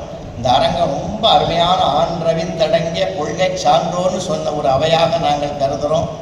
இந்த அரங்கத்தை பொறுத்தல் என்னுடைய பார்வை ஒவ்வொருவரையும் ஒரு பாராளுமன்ற உறுப்பினராக நான் கருதுகிறோம். ஒரு பாராளுமன்ற உறுப்பினர் 6 தொகுதியில தேர்ந்தெடுக்கிறார். 6 தொகுதியில ஒரு பாராளுமன்ற உறுப்பினர். ஏன் இதை சொல்றேன்னா, ஒருத்தர் எழுந்து போனாலும் 6 தொகுதி போன மாதிரி எங்களுக்கு கொடுப்பாங்க. அதனால எங்க பட்டிமன்றம் ஜெயிக்கிறது எங்களால இல்லை, அது உங்க கையில தான் இருக்குது. உங்க கையில தான் இருக்குது. படப்பை பக்கத்தில் கரசங்காலில் மகா சிவராத்திரிக்கு சசிகுமார், விஜயகுமார் நாங்கள்லாம் போயிருக்கிறோம் சார். சொல்ல முடியாத கூட்டம், சிவராத்திரி கூட்டம் எப்படின்னு தெரியும் உங்களுக்கு. அன்பு வந்திருந்தார், அவர் ஒரு சாட்சி. அன்பு வந்திருந்தார், சதாசிவம் வந்திருந்தார். பிரம்மாண்டமான கூட்டம் சார். ஆனால் நானும் உயிரை கொடுத்து போராடி 3/4 மணி நேரமாக பேசுகிறேன், ஒருத்தரும் கை தட்டல, சிரிக்கல. அப்புறம் தான் அன்பு ஒரு ரவுண்டு போய் வந்துட்டு சொன்னார், இந்த ஜென்மத்தில் அது நடக்காதுன்னு. ஏம்பான்னு, ஒரு கையில் புளிசோறு, ஒரு கையில் தயிர் சோறு. அவனை எதை கீழே வைக்கிறது, எப்படி சாப்பிட்றதுன்னு முடிச்சுங்கிறான். கையை வேற தட்டுவானான்னு கேட்டார். அதனால பல நெருக்கடிகள்லாம் நாங்கள் பல மேடைகளை பார்த்து அனுபவிச்சிருக்கோம். ரொம்ப மகிழ்ச்சியாக இருக்குது. சில இடங்களில் நாங்கள் பார்க்குற போது ஐயா உட்காந்துங்கிறார், இந்த பக்கம் அங்கே உட்காந்துங்க, நாங்கள் அப்படியே பேசுகிற போது இப்படி ஒரு பார்வை இங்கேருந்து ஆரம்பிப்போம், அப்படியே ஒரு ரவுண்டு வருவோம், அப்படியே வந்து பார்ப்போம், முன்வரி எல்லாரையும் பார்த்துட்டு ஒரு முகத்தை திரும்ப திரும்ப நாங்கள் பார்ப்போம். அது எல்லா பேச்சாளர்களுக்கும் ஒரு பழக்கம். அந்த ஒரு முகத்தை பார்க்குற போது அந்த திருமுகம் எப்படியெல்லாம் உள்வாங்குகிறது, எதுக்கெல்லாம் அவங்களுடைய ரியாக்ஷன் ஆகுது, எதை ரசிக்கிறாங்க, கருத்தை ரசிக்கிறாங்களா, ஹியூமரை ரசிக்கிறாங்களா, வேறு உலகியல் செய்திகளை ரசிக்கிறாங்களா, எதை ரசிக்கிறாங்கன்றதும் பார்க்க நாங்கள் அடுத்த சேனல்லேருந்து நாங்கள் வந்துக்கிட்டே இருக்கோம். அப்படியும் நாங்கள் ஏமாறுறது உண்டு. ஒரு கூட்டத்தில் 3000 பேர் உட்காந்து ரசிக்கிறோம், அதில் ஒருத்தன் ஆரவாரமாக ரசிக்கிறோம். அது மாதிரி ஒரு ரசிகனை நான் பார்த்ததே இல்லை. அப்படி சுற்றி வந்து அவனை தான் அப்பப்போ பார்த்து ஆரவாரமாக பேசி எல்லாரும் போன பிறகு அவனை தனியாக போட்டு அப்படியே அவனுக்கு போட்ட முன்னாடி அவனுக்கு போட்டு எப்படா இவ்வளோ ரசியை எல்லாம் பிடிச்சிருந்துதான்னா கியா போல்தாகன்னா. அதனால் அப்போ தான் அந்த ஹிந்தி தெரிஞ்சவர் கேட்டார், விஷயம் தெரியாதே நீ எப்படா வந்து சிரிச்சேன்னு. எல்லாரும் சிரிக்கிறாங்க, நானும் சிரிச்சேன்னா. ஒரு விஷயம் உங்களுக்கு தெரியுமா, பெருந்தலைவர் காமராஜர் நார்த் இந்தியாவில் பீகாரில் போய் பேசுகிறார். இது நடந்தது ஐயா. அப்போது ஜவஹர்லால் நேரு இருக்கார், பெரிய கூட்டம் நார்த் இந்தியா பீப்புள். இவர் பேசுகிறார், பெருந்தலைவர் பேசுகிறார், எல்லாம் கை தட்டுறாங்க சார். நேருக்கே ஆச்சரியம் தாங்கலை. அவர் பேசி முடிச்ச பிற்பாடு உட்காந்துருந்தா இவரே கேட்டார், அவர் தமிழில் பேசினார், உங்களுக்கு என்னடா புரிஞ்சுது, கை தட்டுறீங்களான்னு கேட்டார். அதில் ஒருத்தன் சொன்னான், சார் காமராஜர் பேசினா எது பேசினாலும் நிஜமாக தான் இருக்கும், அதனால தான் கை தட்டுறாங்க. இது போதுமா? எவ்வளோ பெரிய மதிப்பீடு வச்சுருக்காங்க. அந்த மதிப்பீடு தான் சார் சொல்லாததுக்கு கிடைக்கிற மரியாதை. எவ்வளோ பெரிய பெருமை இல்லைங்களா? அப்படிப்பட்ட ஒரு அருமையான அவை, மூத்த தமிழறிஞர்கள், தமிழ் ஆர்வலர்கள் நிறைந்த இந்த திருச்சபையை மீண்டும் நாங்கள் வணங்கி மகிழ்ந்து உங்கள் அனுமதியோடு நாங்கள் பட்டிமன்றத்தை தொடங்குகிறோம். கம்பனுடைய கருத்துக்கள் அனைத்தும் இன்றைக்கு கம்பனின் கருத்துக்கள் பெரிதும் சேர வேண்டியது. குடும்பத்திற்கே என்ற அணி தொடங்குகிறது. நம்முடைய பாராட்டுதலுக்குரிய முனைவர் சசிகுமார் அவர்கள் இந்த வாதத்தை தொடங்கி வைக்கின்றார்கள். நல்ல கருத்து வரும்போது கைத்தட்டி, நல்ல ஹியூமர் சொன்னாங்கன்னா அப்போவே சிரிச்சிருங்க. ஏன்னா நீங்கள் மௌனமாக இருந்து அப்புறமா சிரிச்சிங்கன்னா அது நமக்கு எல்லாருக்குமே நல்லதில்லை. அதனால் ரொம்ப எல்லாமே ஆனால் மனிதனுக்கு மட்டும்தானே சார் சிரிப்புன்னு ஒன்று கொடுத்துருக்குறாங்க. அதை நம்ம பல பேர் பயன்படுத்தாமல் பத்திரமாக வச்சுக்கணும். அதனால் அதை வந்து வெளிப்படையாக அந்த மகிழ்ச்சியை வெளிப்படுத்துறதுக்கு தான் இந்த அவை ஒரு வாய்ப்பு கொடுத்திருக்கிறது. இந்த வாய்ப்பு வாசலை திறந்து வைத்த அண்ணன் சோலைநாதன் அவர்களுக்கு, இப்பெல்லாம் கவிக்கோ அப்துல் ரஹ்மான் அவர்களை நான் நினைத்து பார்த்தோம். கவியரங்கு நடக்கும்போது ஐயாவை நினைச்சு பார்த்தேன். நான் தமிழ்நாட்டில் போகாத கல்லூரி கிடையாது. எந்த கல்லூரியில் போனாலும் அவருடைய பெயரை பதிவு பண்ணிட்டு வருவேன். அவரை மாதிரி எழுதுகிறாங்க. ஆனால் நம்ம பார்க்குற பார்வை வேற, கவிஞர்கள் பார்க்குற பார்வை வேற. அவரோட வரி எனக்கு நெஞ்சை தொட்ட வரி, எரியும் மெழுகுவர்த்தியை விட ஏற்றி வைத்த தீக்குச்சி சிறந்ததுன்னு எழுதியிருக்காங்க. என்ன அழகான வரி தெரியுமா? எரியும் மெழுகுவர்த்தியை விட ஏற்றி வைத்த தீக்குச்சி சிறந்தது என்ன. அந்த மாதிரி சிந்தனை என்ன உயரிய சிந்தனை. அவர்களெல்லாம் நடமாடிய, அவர்களெல்லாம் பழகிய ஒரு திருக்கூட்டத்தில் நான் பேசுகிற ஒரு வாய்ப்பு எங்களுக்கு கிடைத்தமைக்கு எல்லாமல்ல இறைவனுக்கும் தமிழுக்கும் நன்றி செலுத்தி சசிகுமார் அவர்களை உங்கள் அனுமதியோடு அழைக்கிறேன். நன்றி, வணக்கம். உலக அதிசயங்கள் 7 என்று சொல்லுவார்கள். உலக அதிசயங்கள் 7 என்று சொல்லுவார்கள். சத்தியமாய் எனக்கு அதில் உடன்பாடு. உலக அதிசயம் என்றால் அது ஒன்றுதான், அது நம் தாய்மொழி தமிழ்தான் என்று இந்த மன்றத்திலே சொல்லிக் கொள்வதிலே மற்றற்ற மகிழ்ச்சி அடைகின்றேன். எங்களுடைய நடுவர் அழகிலே விரிந்த நெற்றி, அறிவிலே முதிர்ந்த தோற்றம், விழியிலே அன்பு தேக்கம், விழிப்பிலே பாசத்தாக்கம், மொழியிலே தோய்ந்த நெஞ்சம், முத்தமிழ் நாவில் கொஞ்சம் எங்கள் பட்டிமன்ற பாவலர் கம்பன் கழக காவலர் நடுவர் அவர்களுக்கு அரங்கு நிறைந்த வாழ்த்துக்களோடு அடியேனுடைய அன்பை தெரிவித்துக் கொண்டு, பெரியோர்களே, 10 மாதம் சுமந்து ஒரு சிசுவை இந்த உலகிற்கு தருகிறாள் தாய். 10 மாசம் சுமந்து ஒரு சிசுவை இந்த உலகிற்கு தருகிறாள் தாய். ஆனால் தமிழ் தாய் பல நூற்றாண்டுகளாக ஒரு மகா கவியை தன் வயிற்றிலே சுமந்து இந்த உலகிற்கு தந்திருக்கிறார் என்று சொன்னால் அது கவி சக்கரவர்த்தி கம்பனை தவிர வேறு எவரும் இருக்க முடியாது. ஏன் சொல்றேன்னா அதுக்கு ஒரு காரணம் இருக்கு. உலகத்தில் உள்ள எல்லா கவிஞர்களும் மொழிக்கு கடன்பட்டவர்கள். உலகத்தில் உள்ள எல்லா கவிஞர்களும் மொழிக்கு கடன்பட்டவர்கள். ஆனால் மொழியே கடன்பட்டது என்று சொன்னால் அது எங்கள் கவி சக்கரவர்த்தி கம்பனிடம்தான் என்பதை பணிந்து சொல்லி அற்புதமான ஒரு தலைப்பை நடுவர் பெருமான் எங்களுக்கு தந்திருக்கிறார். கம்பனுடைய கருத்துக்கள் சேர வேண்டிய இடம் குடும்பமா அல்லது சமுதாயமா என்று அற்புதமான ஒரு கேள்வியை எங்களுக்கு எழுப்பியிருக்கிறார். நான் எதிரணிக்கு ஒரே ஒரு வரியிலே ஒரு விஷயத்தை சொல்லிட்டு என்னுடைய கருத்திற்கு போகலாம் என்று நினைக்கிறேன். சமுதாயம் என்று சொல்ல வந்தவர்களுக்கான அந்த செய்திதான் அது. சமுதாயத்தினுடைய அஸ்திவாரமே குடும்பம் தானங்க. சமுதாயத்தினுடைய அஸ்திவாரமே குடும்பம் தானே. குடும்பத்தினுடைய கூட்டு கலவைதான் சமுதாயம். இன்னைக்கு ஒவ்வொரு வீட்லையும் ஒரு மிகப்பெரிய ஒரு சிக்கல் அப்படின்னா, இப்ப நம்ம வீட்டுல இங்க உட்கார்ந்து சரி, எனக்கும் சரி, எல்லாருக்கும் ஒரு சிக்கல் உண்டு. என்ன அப்படின்னா, நம்முடைய பிள்ளைகள், நாம பெற்ற பிள்ளைகள் நாம சொல்றத கேட்டு நடந்து நல்லா படிச்சு நல்ல வேலைக்கு போயிட்டா அதை விட மகிழ்ச்சி இந்த உலகத்தில் ஏதாவது உண்டா? இல்ல.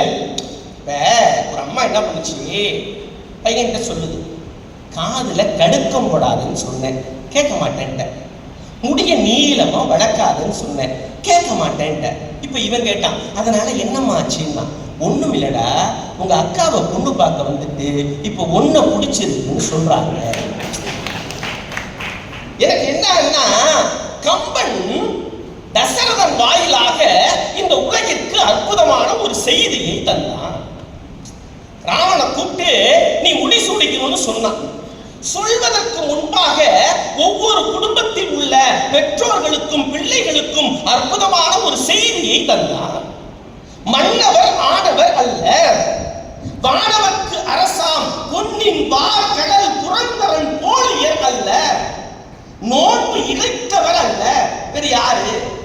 சொல்வரா மகப்பெற்றவர் அருந்துயர் துறந்தார். இந்த உலகத்தில் யார் உயர்ந்தவர்கள்? ஒரு கேள்வியை கேட்டான் தம்பி. இந்த உலகத்தில் யார் உயர்ந்தவர்கள்? யாருக்கு வருத்தமே இல்லை அப்படின்னு கேள்வியை கேட்டுட்டு கம்பன் தசரதன் வாயிலாக ராமனுக்கு சொன்னான். என்ன பதில் சொன்னான் தெரியுமா? இந்த உலகத்தில் யார் உயர்ந்தவர்கள் தெரியுமா? வானுலகத்தில் இருக்கக்கூடிய தேவர்களா? இல்லை. அந்த தேவர்களுக்கெல்லாம் தலைவனாக இருக்கக்கூடிய தேவேந்திரனா? அவனும் இல்லை. இந்த பூலோகத்தை ஆளக்கூடிய மன்னன் இருக்கிறானே அரசன், அவனா? இல்லை. செல்வந்தர்களா? அவர்களும் இல்லை. நோன்பு நோக்கக்கூடிய ஞானிகளா? அவர்களும் இல்லை. பிறகு யாரா இந்த உலகத்தில் உயர்ந்தவர்கள் தெரியுமா? எல்லோரும் குறித்து வைத்துக் கொள்ளுங்கள் பெற்றோர்களே. தான் சொன்ன சொல்லை கேட்டு நடக்கும் பிள்ளைகளை பெற்ற ஒவ்வொரு தாயும் தந்தையும் தான் உயர்ந்தவர்கள் என்று சொன்னார். சொல்லிட்டு நீதான்ப்பா நாளைக்கு முடிசூடிக்கணும்னு சொல்றாங்க. சொன்னோன்னே ராமன் சொன்னா, யாரு கொற்றவன் ஏவியது அது என் செயல் என்றோ. அப்பா என்ன சொன்னாரோ அதை நான் கேட்டுத்தானே ஆகணும். அதுல மகிழ்ச்சியும் இல்லை, வருத்தமும் இல்லை, நான் ஏத்துக்கிறேன்ப்பா அப்படின்னு நின்னான். இதுல இருந்து ஒரு செய்தி இந்த உலகிற்கு உண்டு. வழிகாட்டும் தந்தை, வழிநடத்தும் பிள்ளை. வழிகாட்டும் தந்தையாக தசரதன், வழிநடத்தும் பிள்ளையாக ராமன் ஒவ்வொரு இல்லத்திலும் இருந்தால் அந்த இல்லம் சொர்க்கமாக மாறும் என்பதுதான் எங்களுடைய வாக்கு. சார், பரதன் ராமனை தேடி காட்டுக்கு போறான். போய் என்ன சொன்னா, உன்னை காட்டி கம்சாங்களே, வரம் பெற்றாலே தாய், அவளை பழித்தான். வரம் கொடுத்தானே தந்தை தசரதனையும் பழித்தான். மிகப்பெரிய பழிக்கு அவர்களை ஆளாக்கினான் பரதன். யார்கிட்ட? ராமன் போய் சொன்னான். ராமன் எல்லாத்தையும் பொறுமையா கேட்டுக்கிட்டு கடைசியா, தம்பி வரதா, ஒரே ஒரு செய்தியை நான் உன்கிட்ட சொல்லுப்பான். பரதனும் கேட்டுக்கிட்டான். அண்ணன் கேட்டுக்கணும்ல அப்படின்னு நின்று கேட்டான். எனக்கு தெரிஞ்சு இந்த பூமியில வணங்குதற்குரியவர்கள் இருவர் தான். இந்த உலகில் வணங்குதற்குரியவர்கள் இருவர் தான். தந்தை தாயர் என்று இவர்கள் தான். ஆனால் கூற வேறும் யாரும் இல்லை. இந்த உலகத்தில் வணங்குதற்குரியவர்கள் தாயும் தந்தையும் என்பதை உணர்ந்தால் பரதா நீ பேச மாட்டா என்று சொன்னானே, அதை ஒவ்வொரு பிள்ளைகளும் கடைபிடித்தால் இன்று முதியோர் இல்லங்கள் இல்லை. சார் இன்னும் இல்லைங்க, குடும்பத்தினுடைய ஆதார சுருதி யாருங்க? மனைவி தான். எங்க வீட்டுல சில இடங்கள்ல நம்ம பேசாம இருக்கணும். இப்ப நமக்கு பிடிக்காத ஒரு உணவு என்னன்னா உப்மா தான். எங்க வீட்டுல அடிக்கடி அதைத்தான் செய்வாங்க. உப்மா கொண்டு வந்து வச்சுட்டு கேட்பான். அப்ப நான் அமைதியா இருப்பேன், எந்த பதிலும் சொல்ல மாட்டேன். நல்லா இருக்கா அப்படின்னு ஒரு கேள்வியை கேட்பான். இப்ப நான் நல்லா இருக்கு அப்படின்னு சொன்னு வச்சுக்கலேன், இன்னும் 2 கரண்டி வைப்பான். சரி நல்லா இல்ல அப்படின்னு சொன்னு வச்சுக்கலேன், அந்த கரண்டியாலேயே 2 வைப்பான். ஆனா பாருங்க, தசரதன் என்ன பண்ணா, ராமனுக்கு முடிசூட்டணும்னு முடிவு பண்ணான். ராமனுக்கு முடிசூட்டணும்னு முடிவு பண்ணிட்டான். உடனே வசிஷ்டனை கூப்பிட்டான். வசிஷ்டனை கூப்பிட்டு சொன்னா, ராமனுக்கு அரசை நல்கி நான் மாதவம் தொடங்குவான் மனத்தை நண்ணுவேன், யாரும் கருத்துன்னு கேட்டான். ராமனுக்கு முடிசூட்ட போறேன், உன்னுடைய கருத்து என்ன? அவனுக்கு முடிசூட்டலாமா வேணாமா சொல்லு, இதான கேள்வி. நாம என்ன சொல்லியிருப்போம்? சூட்டலாம்னு சொல்லியிருப்போம். அதே போலதான் வசிட்ட முடியும்னு சொன்னான். என்ன சொன்னான்? மண்ணுவிற்கெல்லாம் இனி. அற்புதமான ஆள். ராமன் என்ற நாமத்தை கேட்டாலே மகிழ்ச்சி, அதனால அவனுக்கு சூடலாம் அப்படியே சொல்லிட்டு வந்தவங்க ஐயா. திடீர்னு என்ன பண்ணா, சீதையுடைய புகழை பாட ஆரம்பிச்சிட்டான். அவன் கேட்ட கேள்வி என்ன? ராமனுக்கு முடி சூட்டலாமா வேணாமா பதில் சொல்லு. ஆனா வசிஷ்டன் என்ன பண்ணான்னா, ராமனுடைய பெருமைகளை சொல்லிக் கொண்டே வந்தவன் மண்ணிலும் நல்லல் மலர்மகள் கலைமகள் கலை ஊர் பெண்ணினும் நல்லல் பெரும் புகழ் சனகியோ நல்லல். சரி, அவனை சொல்லாம சீதையை சொல்வதற்கான காரணம் என்ன? ஒரு நாட்டை ஆளக்கூடிய மன்னனுடைய தகுதி எங்கே இருக்கிறது என்று சொன்னால், வீட்டை ஆளக்கூடிய பெண்ணிடத்தில் தான் இருக்கிறது. அப்பேற்பட்ட அறம் காத்த சீதையுடைய கணவன் ராமன், அதனால அவனுக்கு பட்டாபிஷேகம் பண்றார். இதான சார் குடும்பத்திற்கான அங்கீகாரம். ஒண்ணு வேணாங்க. இப்ப நம்ம வீட்டுல ஒரு புள்ள இருந்துச்சுங்க, ஒரே ஒரு புள்ள. இன்னைக்கு அப்படிதான் இருக்கு சார் வீட்டுல. ஒரே ஒரு பையனோ ஒரு பொண்ணுக்கு அப்படி இருக்குன்னா நாம பெற்றோரா இருக்கலாம். ஒரு பையன் தான் இருக்கலாம். 2 குழந்தை ஆகி போச்சுன்னா நாம அந்த பெற்றோரா இருக்க முடியாது இல்லையா, அம்பையாரா தான் இருக்கணும். ஏன்னா 2 பேருக்குள்ள பிரச்சனையை தீர்க்கிறதுக்கு தான் நமக்கு நேரம் சரியா இருக்கும். இது சின்ன வயசுல நம்ம ரசிப்போம். நம்ம வீட்டுல இருக்கக்கூடிய சின்ன குழந்தைகள் சண்டை போட்டா ரசிச்சுப்போம். இதே கொஞ்சம் வயசாயிடுச்சுன்னா நம்ம அதை ரசிப்போமா? ரசிக்க மாட்டோம்ல. இப்ப ஆனா சகோதர பாசத்தை சொன்ன ஒரே ஒரு காப்பியம் எனக்கு தெரிஞ்சு கம்பராமாயணம். அதுல ஒரு நுட்பமான செய்தி உண்டு. எல்லாரும் என்ன சொல்லுவாங்கன்னா, ராமன் மீது அவனுடைய தம்பி கொண்ட பாசத்தை தான் சொல்லுவாங்க. ஆனா ராமன் இலக்குவன் மீது எப்படிப்பட்ட பாசம் வைத்திருந்தான் தெரியுமா? எப்பேற்பட்ட அன்பு வைத்திருந்தான் தெரியுமா? அழகாக ஒருத்தர் சொன்னார், கவிஞர் ஒரு அழகா சொன்னார். விஸ்வாமித்திரருடைய வேள்வியை காப்பதற்காக ராமனும் லக்குவனும் போறாங்க. எல்லாருக்கும் தெரிஞ்ச செய்தி. அந்த குடிலை காக்குறாங்க. எப்படி காத்தாங்களா? கண்ணினை காக்கின்ற இமையில் காத்தனர். அது கண்களை காக்கக்கூடிய இமைகள் போல காத்தாங்க. நமக்கு இந்த பழமொழி தெரியும். ஆனா அந்த பழமொழியில ஒரு நுட்பம் உண்டுங்க ஐயா. இமைகள்னு சொன்னா எத்தனை இமை இருக்கணும்? 2 இருக்கணும். மேலிமைன்னு ஒண்ணு உண்டு, கீழிமைன்னு ஒண்ணு உண்டு. மேலிமை ராமன் மூத்தவன் இல்லையா, கீழிமை லக்குவன். இந்த மேலிமைக்கும் கீழிமைக்கும் இன்னொரு வித்தியாசம் உண்டு. என்னன்னா, மேலிமை என்ன பண்ணுனா அசையக்கூடிய சக்தி உண்டு, கீழிமையை தொட்டுட்டு போவோம், கீழிமைக்கு அசையாது. அது மாதிரி விஸ்வாமித்திரருடைய குடிலை காப்பதற்கு வாயில்ல லக்குவன், கீழிமை இல்லையா அவன் அசையாமல் வாசல்ல காத்துட்டு இருந்தான். மேலையில் இமையா இருக்கக்கூடிய ராமன் என்ன பண்ணானா அந்த குடியை சுற்றி வந்து காத்தானா. இதுல என்ன தெரியுமா நுட்பம்? மேலிமை ராமன், கீழிமை லக்குவன். மேலிமை அந்த குடியை சுற்றி வந்த போதெல்லாம் உள்ளே இருக்கக்கூடிய விஸ்வாமித்திரருக்கு மட்டும் பாதுகாப்பல்ல, வாயிலே தனியாக நிற்கிறானே தன்னுடைய தம்பி லக்குவன், அவனையும் பார்த்து பார்த்து பார்த்து சென்றானா. சகோதர பாசம். சகோதர பாசத்தை மட்டும் சொல்லல, அற்புதமான ஒரே ஒரு விஷயத்தை மட்டும் நான் சொல்லி முடிச்சுக்கிறேன். அதாவது இலங்கைக்குள்ள போகணும் அப்படின்னா அந்த கடலுக்கு என்ன போடணும்? பாலம் போடணும். இலங்கைக்குள்ளே செல்ல வேண்டும் என்று சொன்னால் அதற்கு ஒரு பாலம் போட்டாகும். உடனே வானரங்கள் என்ன பண்ணுது? பக்கத்தில் இருக்கக்கூடிய பெரிய மரங்களை கொண்டு வந்து அந்த கடல்ல போடுது. மிகப்பெரிய குன்றுகள் மலைகளை பேர்த்து கொண்டு வந்து போடுது. பக்கத்தில் இருக்கக்கூடிய மண்ணை கொண்டாந்து போடுது. எல்லாத்தையும் கொண்டு வந்து போடுது. இந்த காட்சியை கம்பன் பார்க்க, இந்த காட்சிக்கும் குடும்பத்துக்கு ஏதாவது தொடர்பு உண்டா? ஆனா கம்பன் அந்த இடத்துல கூட குடும்பத்துல கொண்டு வந்தான்.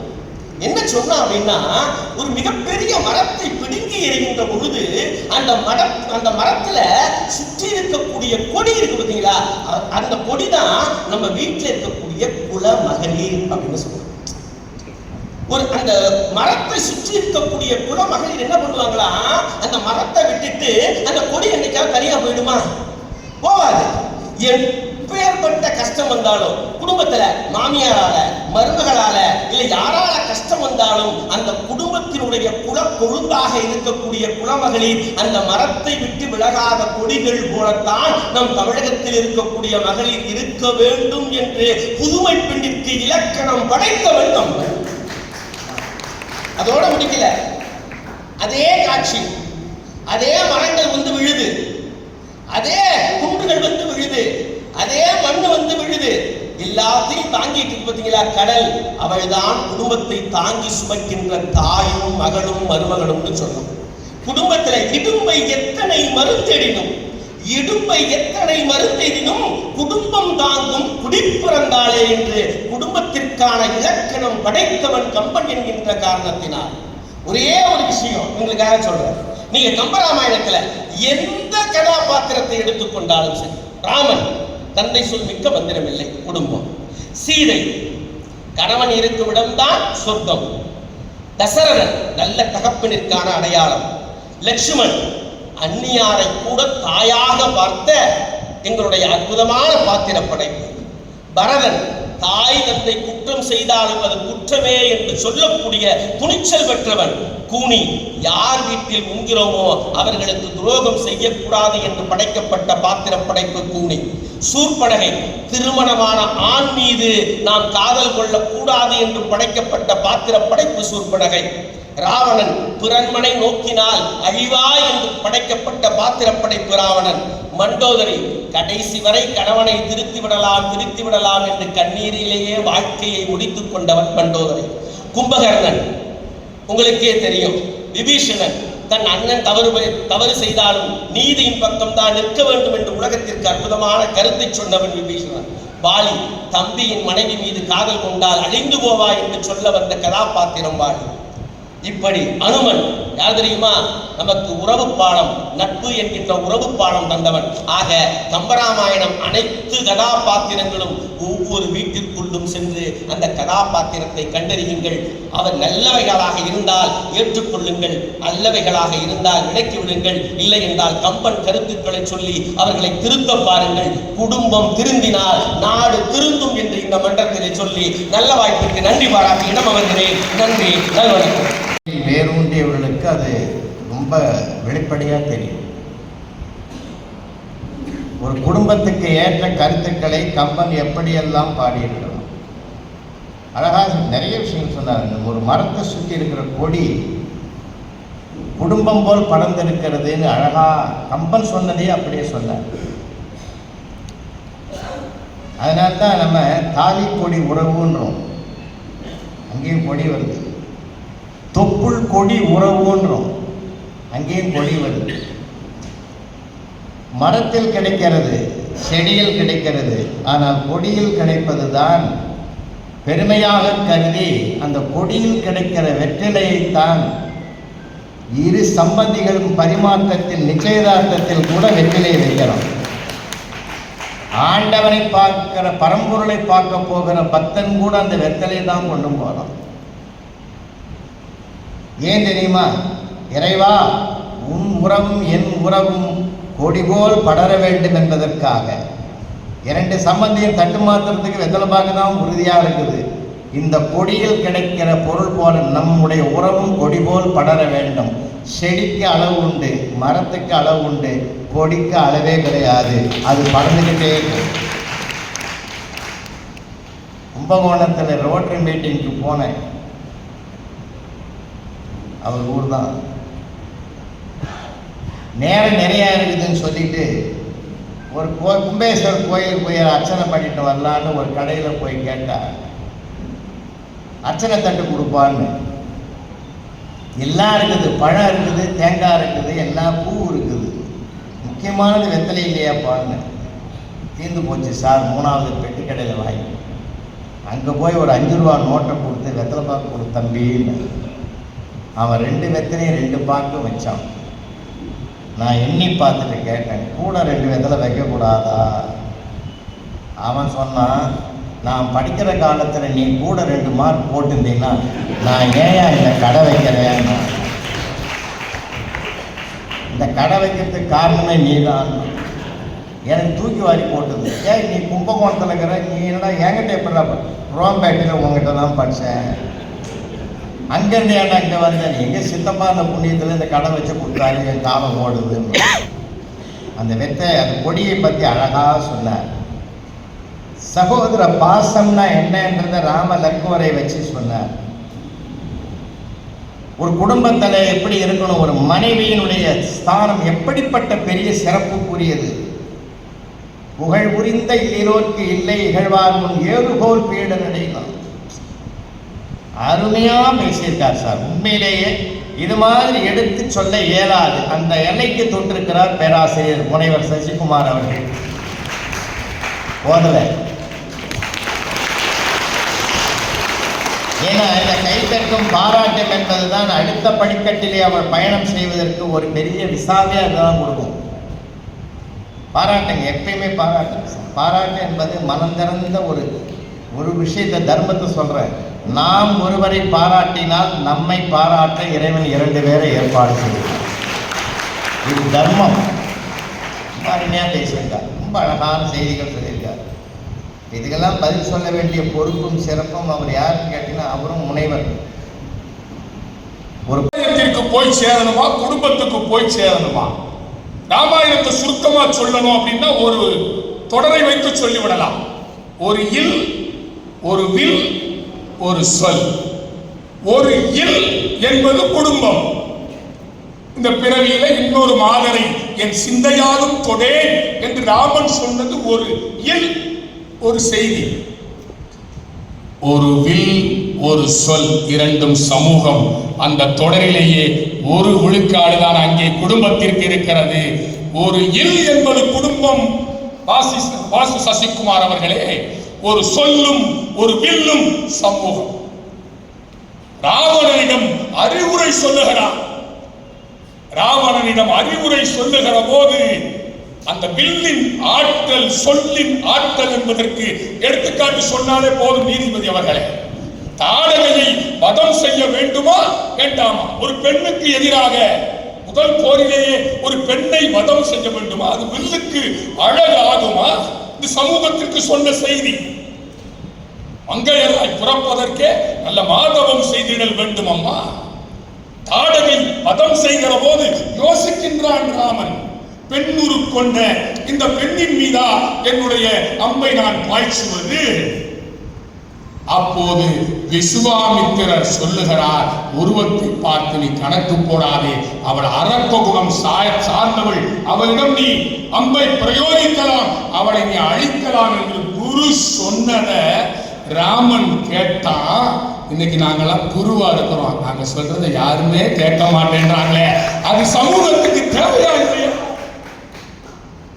உலகமே ஒரு நாடக மேடை, நாமெல்லாம் நடிகர்கள். வகுப்புல ஒருத்தர் எந்திரிச்சான், ஹீரோயினா யார சார் போட போறீங்க? நாமெல்லாம் நடிகர்கள். ஒரு திரைப்படத்தில் நல்ல காட்சி வரல, நானும் என்னுடைய மாணவர்களும் போயிருந்தா அந்த காட்சி சரியில்லை, கண்ண மூடுறான்னு அவன் ஏன் கண்ண மூடினா சார்? ஆசிரியர் கைகளிலே இந்த சமூகம் இருக்க வேண்டும் என்பதை கம்பன் சிந்தித்திருக்கிறான்.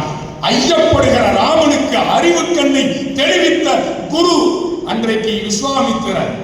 இன்றைக்கு ஐயம் தெளிவிக்க நாங்கள் தயார், கடிது ஓச்சி மெல்ல எரிக நாங்கள் தயார். என்றைக்கு ஆசிரியரிடம் இருந்த பிரம்பு கலற்றப்பட்டதோ, போலீஸ்காரன் கைகளில் எல்லாம் இன்றைக்கு பிரம்பு இருக்கிறது. அந்த சமூக சிந்தனை கம்பன் சிந்திக்கிறாங்க இல்லையா? விஸ்வாமித்திரர் சொன்ன சொல்லை கேட்டால் தாடகை வதம் அங்கே நிகழ்ந்தது. ராவணனை கூட பகைவனுக்கு அருள்வாய் நன்னெஞ்சே இந்த சமூகம் சொல்லிக் கொடுத்தது இல்லையா? ராவணனை கூட அழிக்க நினைக்கவில்லை ராமன். தன் தூதுவர்களை அனுப்பி சீதையை கைவிட்டு உயிர் பிழைத்துக் கொள் என்று ராமனுக்கு கூட திருந்துவதற்கு வாய்ப்பு தருகிற பகைவனுக்கு அருள்வாய் நன்னெஞ்சே என்கிற கோட்பாட்டை கம்பன் அழகாய் செய்கிறான். ராவணனிடம் புத்தி சொல்லுகிறான். ராமன் எழுதி வைத்திருக்கிறேன். சொல்லுகிறான், அறத்தினால் அன்றி, வாசவர்களே, அறத்தினால் அன்றி அமரருக்கும் அருஞ்சமம் கடத்தல், மரத்தினால் அரிதென்பது மனத்திடை வலித்தீ. அறம் அல்லாத செயல்களை செய்தால் அவர் தேவர்களாக இருந்தால் கூட பெரிய போரிலே வெற்றி பெற இயலாது, அறம் தோற்கும் அப்படின்னு நினைக்காத. அறத்தினால் வெல்லலாம், பாவம் தோற்கும், அறம் வெல்லும் என்பதை கம்பன் ராமன் வாயிலாக ராவணனை திருத்த பார்க்கிறான். ராவண வதமே ராமனின் முடிவு அல்ல சொல்லுகிறான் இந்த செய்தி. ஆக சிந்தித்து பார்க்கிறோம். சமுதாயத்திற்கு கோசலை நாட்டை கற்பனை செய்து பார்க்கிறானே கம்பன், அது எங்கள் வாசு சசிகுமாருக்கு தெரியவில்லையா? சொல்லுகிறான் கம்பன் எப்படி இருக்க வேண்டும், ஒரு நாடு எப்படி இருக்க வேண்டும், கோசலை நாட்டை ஒரு கற்பனையோடு இப்படித்தான் இருக்க வேண்டும் நாடு என்பதற்கு இலக்கணம் வகுக்கிறானே. கோசலையுடைய வளத்தை சொல்லுகிற போது வன்மை இல்லை ஓர் வறுமை இன்மையா, திண்மை இல்லை ஓர் செருணர் இன்மையா, உண்மை இல்லை பொய் உரை இல்லாமையா என்று ஒரு கோசல நாட்டை கற்பனை செய்து பார்க்கிறானே. அது இந்த சமூகத்திற்கான கருத்து இல்லையா? ஒரு நாடு எப்படி இருக்க வேண்டும்? நாடென்ப நாடா வளர்த்தன, நாடல்ல நாட வளர்ந்தரு நாடு.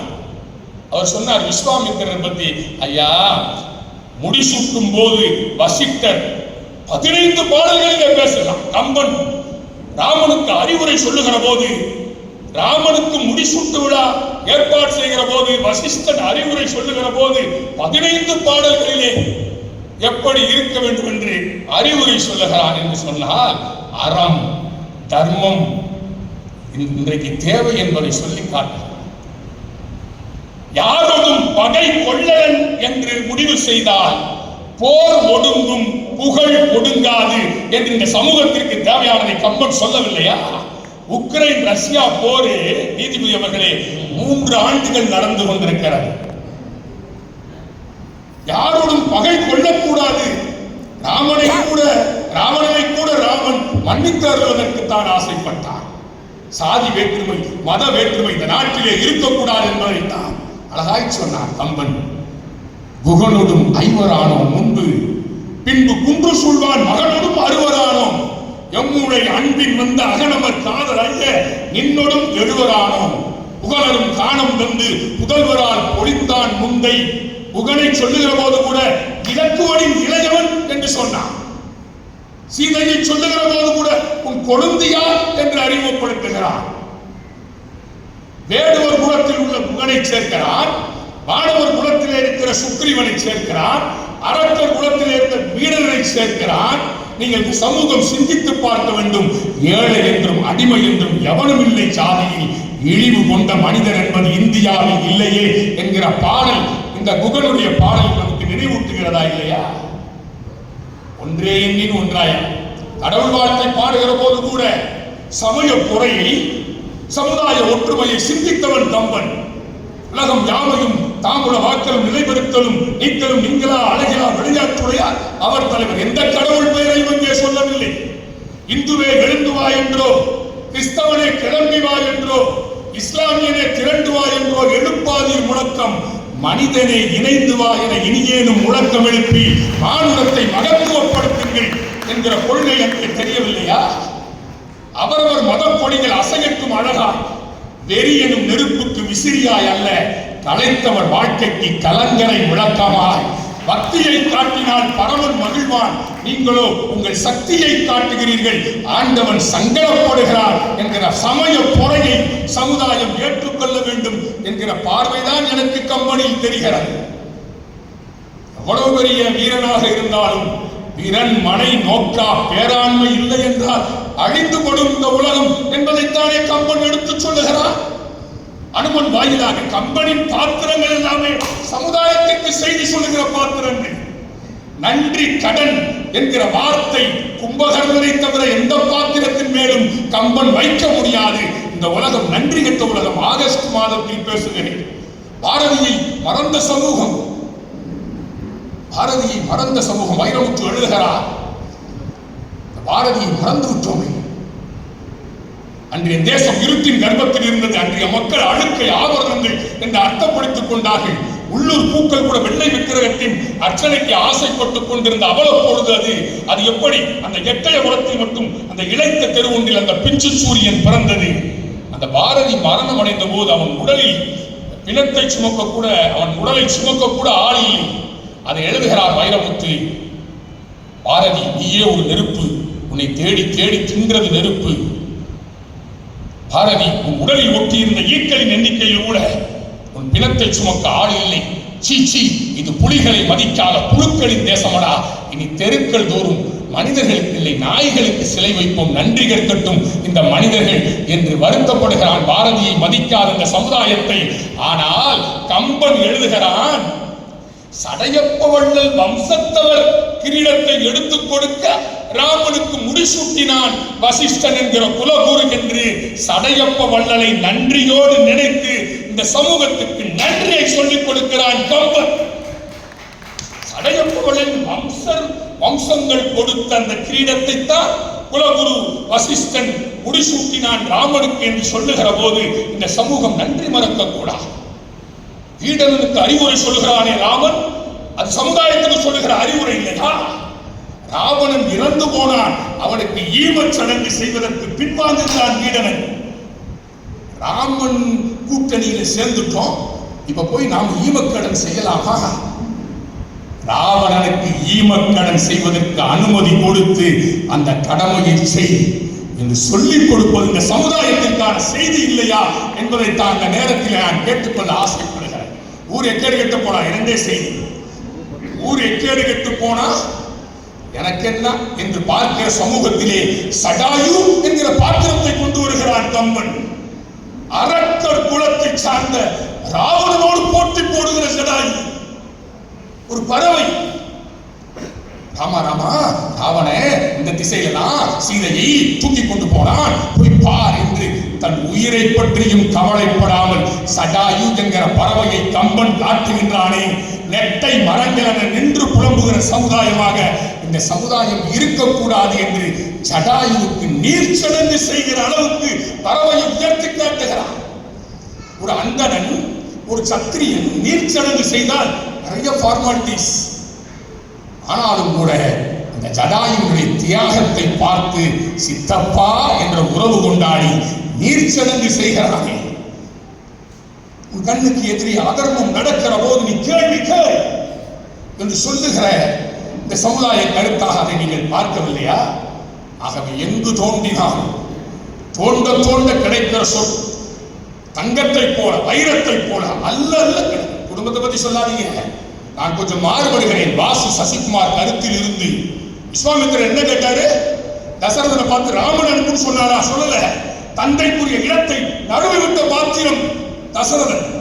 என்ன கேட்டான் விஸ்வாமித்திரன்? நான் எழுதி வைத்திருக்கிறேன், நின் சிறுவர் நால்வரிலும் கரிய செம்மல் ஒருவனை தந்துடுதி என்றுதானே கூறினான் விஸ்வாமித்திரன். பரதனும் கரிய செம்மல் தான்.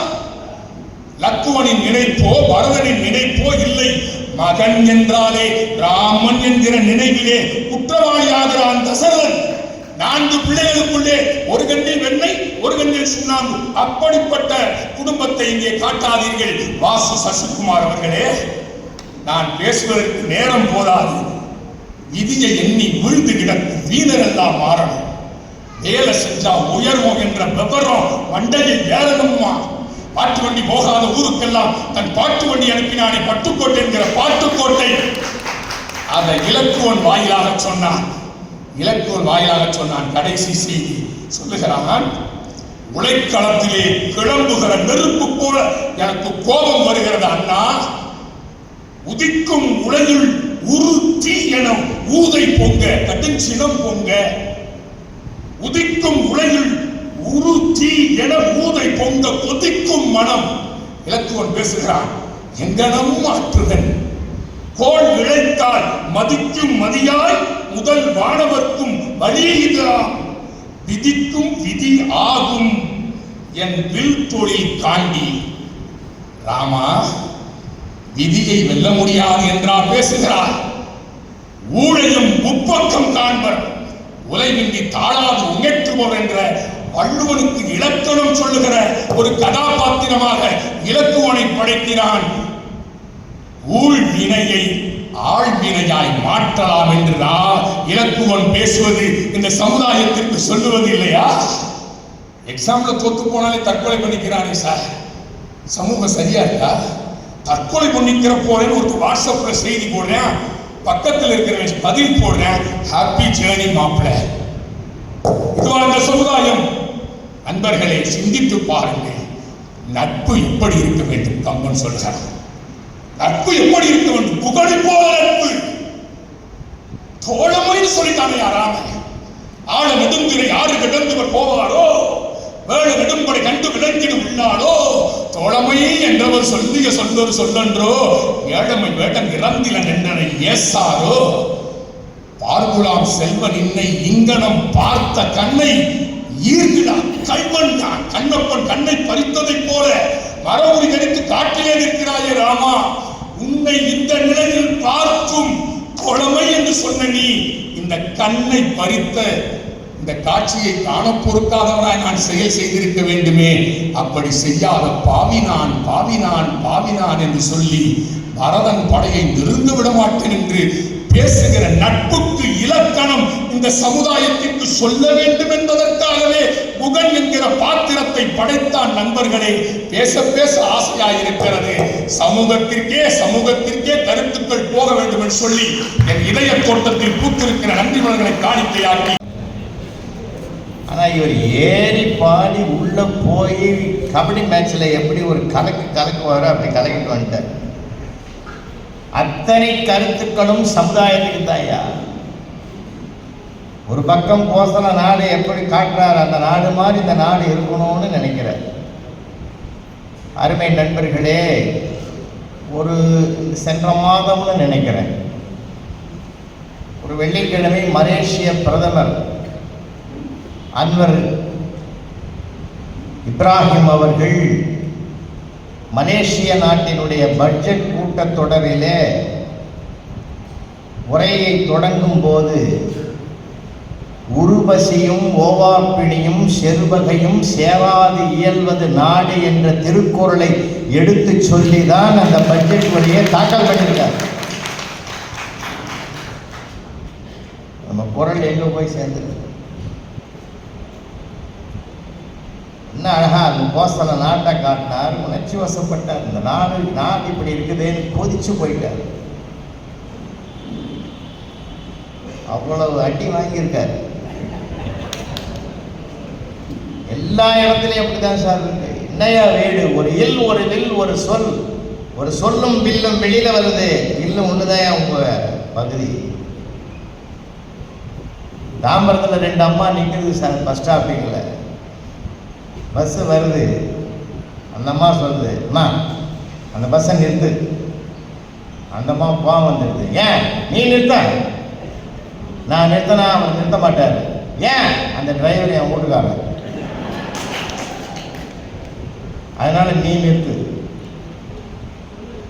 வெளி உலகம் எப்படி கிடக்குது? புகனுடும் மயூரானியும் பின்பு குன்று சூழான் மகனுடும் அருவரானியம் எம்முழை அன்பின் வந்த அகலவர் காதலைய நின்னுடும் இளவரானியும் புகனரும் காலம் தந்து புதனரால் பொலிந்தான் உந்தைன்னு ஒரு ஒருமைப்பாட்டையே உருவாக்கி காட்டுறானே. அந்த ஒருமைப்பாடு இப்ப வரணுமா இல்லையா? இது சமுதாயம் இல்லையா? எல்லாரையும் சரி நிகர் சமம் தானே பாரதி. அந்த சொல்லுக்கு அந்த நேர்கோட்டில் கொண்டாந்து நிறுத்தணும் இல்லையா? சமுதாயத்துக்கு தான் ஏகப்பட்ட செய்திகளை கம்பன் பாடியிருக்கிறான், சொல்லியிருக்கிறான். இந்த சமுதாயத்துக்கு அது போய் சேரணும். ஏன்னா சுயநலத்தின் தன்மையிலே ஒதுங்கி போகிற சமூகமாக இருக்கு. ஆனந்தத்தோடு ஆக்கிரசோடு வெளியிட்ட அப்படித்தான் பேசணும். ஒரு சமுதாயத்தை பார்க்க விரும்புகிற ஒரு போராளி மாதிரி தன்னை பாட்டி கற்பனை பண்ணின்னு பேசின. இப்படி இல்லாம கம்பர் உபகரணம் மூலமா நன்றி ஓணும்னு சொன்னாரு, ராமர் குகனை சேர்த்துட்டாரு அப்படின்னா நமக்கு ஒரு தூக்கம் வந்தது. ஆனா எப்படி அதை ஆளுமையோடு அந்த சொல்லாட்சி அதை கொண்டு வந்து அதை அழகா எப்பயுமே பாருங்க, உள்ளத்துக்குள் கருத்து உணர்வு பூர்வமாக ஐக்கியமாகிவிட்டால் உதடுகள் உச்சரித்துக் கொண்டே இருக்கும், சரளமான வார்த்தைகள் வந்து கொண்டே இருக்கும். அப்படி தமிழ் மாலையை தொடுத்து அன்னைக்கு சூட்டி மகிழ்ந்திருக்கிறார் விஜயகுமார் வாழ்க. அம்மா கவலையே படம் ஏறி பாடட்டும், என்ன பெருசா. வீட்டில் கூட அப்படிதான் ஒரு வார்த்தை பேசுவாங்க, நாங்கள் 9 வார்த்தை பேசுவோம். அவரை முன்னிலன் பண்ணிடலாம் பாருங்க. வர்றாங்க டாக்டர் முத்துலட்சுமி அவர்கள் வர்றாங்க. வாங்க. சேரக்கூடியது குடும்பத்திற்காகவா சமுதாயத்திற்காகவா என்ற தலைப்பில் குடும்பத்திற்காக தான் என்பதை உங்களிடத்திலே பதிவு செய்வதற்காக நான் கடமைப்பட்டிருக்கிறேன். குடும்பங்கிறது என்ன அப்படின்னா, ஒன்றாக வாழ்வது அல்ல குடும்பம், ஒன்றி வாழ்வதுதான் குடும்பம். அந்த குடும்பத்தை தான் கம்பநாட்டு ஆழ்வார் தன்னுடைய கம்பராமாயணத்திலே பெரும் பகுதியாக வலியுறுத்துகிறார். குடும்பத்துக்குள்ள விட்டு கொடுத்து வாழக்கூடிய வாழ்க்கை தான் சிறந்தது, விட்டுட்டு ஓடுறது சிறந்ததில்லை அப்படின்னு இன்றைய தலைமுறையினுடைய அவல நிலைகளை எல்லாம் போக்குவதற்காக ஒரு குடும்பம் சரியாக நடந்தால்தான் சமுதாயம் தலையோங்கி இருக்கும் என்ற உட்கருத்தை தன்னுடைய கம்பராமாயண வரிகளில் படைத்து காட்டியிருக்கிறார் என்பதில் எந்த மாற்று கருத்தும் கிடையாது. ஏனென்றால் கம்பன் தான் தான் படைத்த பாத்திரங்களில் அனைத்து பாத்திரமாகவும் தான் திகழ்வான். ராவணனும் அவனே, ராமனும் அவனே, கும்பனும் அவனே, சீதையும் அவனே, பரதனும் அவனே, இலக்குவனும் அவனே என்று அனைத்து கதாபாத்திரங்களிலும் தன்னை ஆழ்த்தி கொண்ட அந்த பாத்திரத்தை படைத்து காட்டுவதில் வல்லமை படைத்தவன் என்பதால் தான் எங்களுடைய பேராசிரியர் ஒரு கருத்தை சொல்லுவார்கள். மகாபாரதத்திற்கும் ராமாயணத்திற்கும் என்ன தெரியுமா வித்தியாசம்? ராமாயணம் என்பது பெண்ணாசை கூடாது என்று சொன்னது, மகாபாரதம் என்பது மண்ணாசை கூடாது என்று சொன்னது. விஜயகுமார் அண்ணா எதிரணியில் இருக்கக்கூடியவங்க அங்கேருந்து வந்து எத்தனை கேள்விகளை விஜயகுமார் சார் எங்களுடைய அணித்தலைவர் மேல தொடுத்துட்டு போனாங்க. ஐயா அவர்களுடைய கேள்விகளுக்கெல்லாம் பதில் சொல்லணும் அப்படின்னா அடுத்த கம்பன் விழா வந்திருக்கிறதுனால ஒரு கேள்விக்கு மட்டும் நான் பதில சொல்லிட்டு என்னுடைய உரைக்குள்ள போறேன். ஒரு எண், ஒரு சொல், ஒரு வில். இதுதான ராமாயணத்தினுடைய கரு. அந்த ராமாயணத்தினுடைய கருவிலே ஒரு இல் என்ற ஒரு கருத்தை மட்டும்தான் குடும்பம் சார்ந்து சொன்னார். ஆனால் ஒரு வில், ஒரு சொல் என்று சமுதாயம் சார்ந்துதானே சொல்லி இருக்கிறார் என்ற அற்புதமான கருத்தை இந்த மன்றத்தில் பதிவு செய்தார்கள். அவர்களுக்கு பணிவோடு ஒன்றை நான் தெரிவித்துக் கொள்கிறேன். ஒரு இல் சரியாக இருந்தால்தான் ஒரு சொல் சரியாக இருக்கும், ஒரு வில் சரியாக இருக்கும். ஆக ஆரம்பம் எங்க இருக்கிறது என்றால் எங்களுடைய குடும்பத்துக்குள்ளே இருக்கிறது. இப்ப குடும்பம் சரியா இல்லைன்னா வெளியில வர முடியுமா? ஏன் அங்க ஆவேசமா எங்க விஜயகுமார் அண்ணன் பேசினார்னா அங்க பேச முடியல, அங்க வந்து பேசுறாரு. குடும்பத்துக்குள்ள பேச முடியலங்கிறதுனால அங்க வந்து பேசுறாரு. அதனால அவருக்கு மட்டும் இல்லம்மா இல்லைங்க, என்னால எங்க வீட்டுல வந்து ரொம்ப அடக்க ஒடக்கமான மருமக மனைவிங்க. அதனால எங்க வீட்டுல எனக்கு வாக்கப்பட்ட என் புருஷன் எடுக்கிற முடிவு தாங்க சரியான முடிவு. நான் பின்பற்றி போயிடுவேன். அவர் வாக்கப்பட்டிருக்காரு. ஐயோ நல்லா கவனிக்கலையா? ஐயா குடும்பம் சார்ந்த தகவல் தான். ஏன் அப்படின்னா இன்னைக்கு 21ஆம் நூற்றாண்டுல குடும்பம் தான் திசைமாறி கிடக்க போகுதுங்கிறத அன்றே உணர்ந்த தீர்க்க தரிசி கம்பநாட்டாழ்வாருங்கிறதுனாலதான் குடும்பத்துக்காக அனைத்து தகவலையும் சொல்லிட்டு போனார். அதை தான் பெரிதும் போற்றினார்.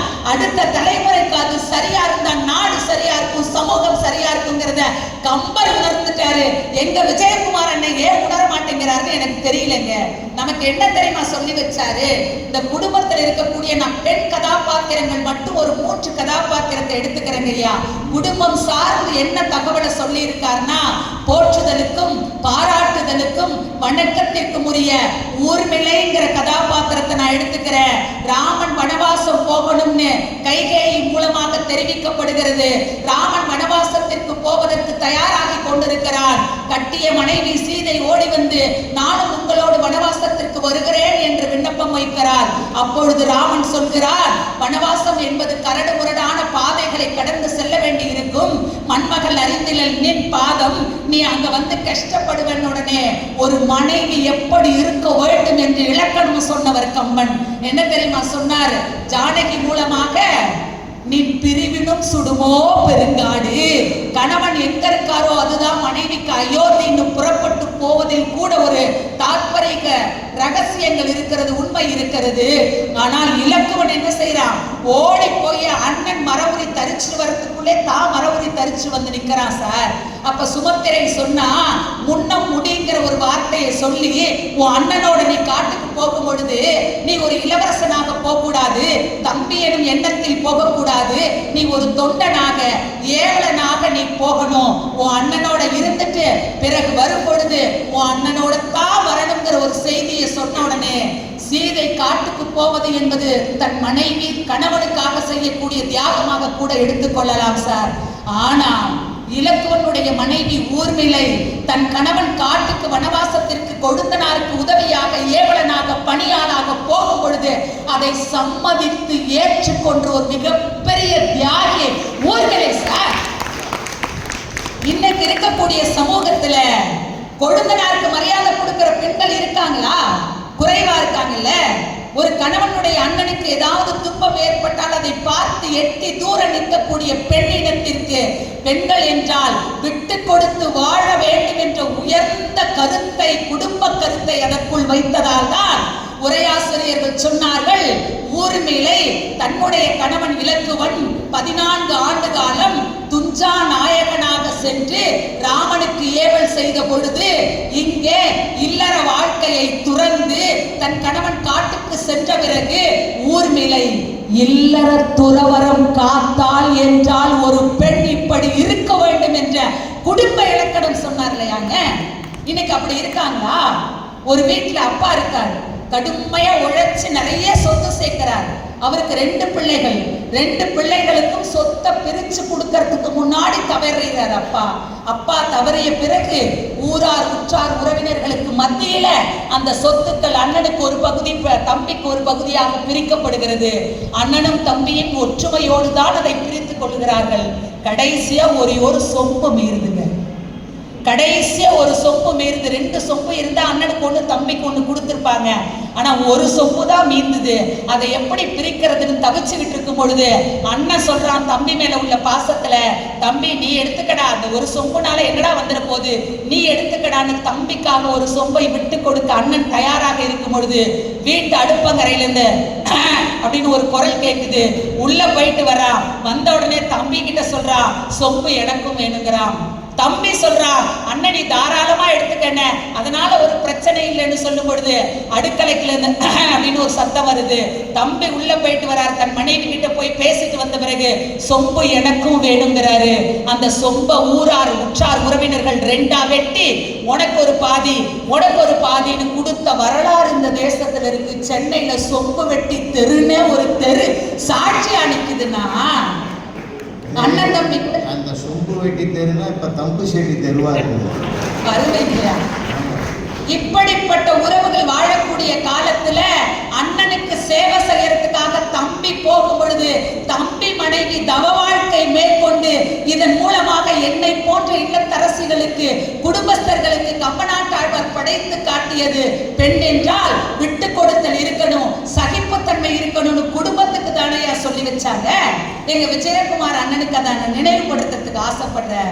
ஒரு பெண்ணுக்கான கதாபாத்திரத்தினுடைய படைப்பினுடைய உச்சத்தின் விளிம்பு என்ன தெரியுமா? ஒரு பெண் என்றால் அவளுக்குள் பொறுமை இருக்க வேண்டும், அவளுக்குள் மிகச்சிறந்த நிதானம் இருக்க வேண்டும், அவளுக்குள் விட்டு கொடுத்தல் இருக்க வேண்டும், அவளுக்குள் அன்பு என்ற நிலை இருக்க வேண்டும். இவை எல்லாத்தையும் புகுந்த இடத்துக்கு போகும் பொழுது ஒரு பெண் அணிகலனாக எடுத்துட்டு போறதுதான் சிறப்புங்கிறதுனாலதான் கம்பன் படைத்த கதாபாத்திரத்தில் உச்சம் தொட்ட கதாநாயகியாக சீதை என்ற கதாபாத்திரத்தை படைத்து காட்டியதால் தான் நாம ராமனை உச்சம் புகழ்ந்து பேசின ராமாயணத்துக்கு கூட வைணவத்தை சார்ந்திருக்கக்கூடியவர்கள் சீதாயனம் என்று உயர்ந்து பேசுவார்கள் என்றால் அது குடும்பத்தினுடைய பெருமை சொன்னதில்லை.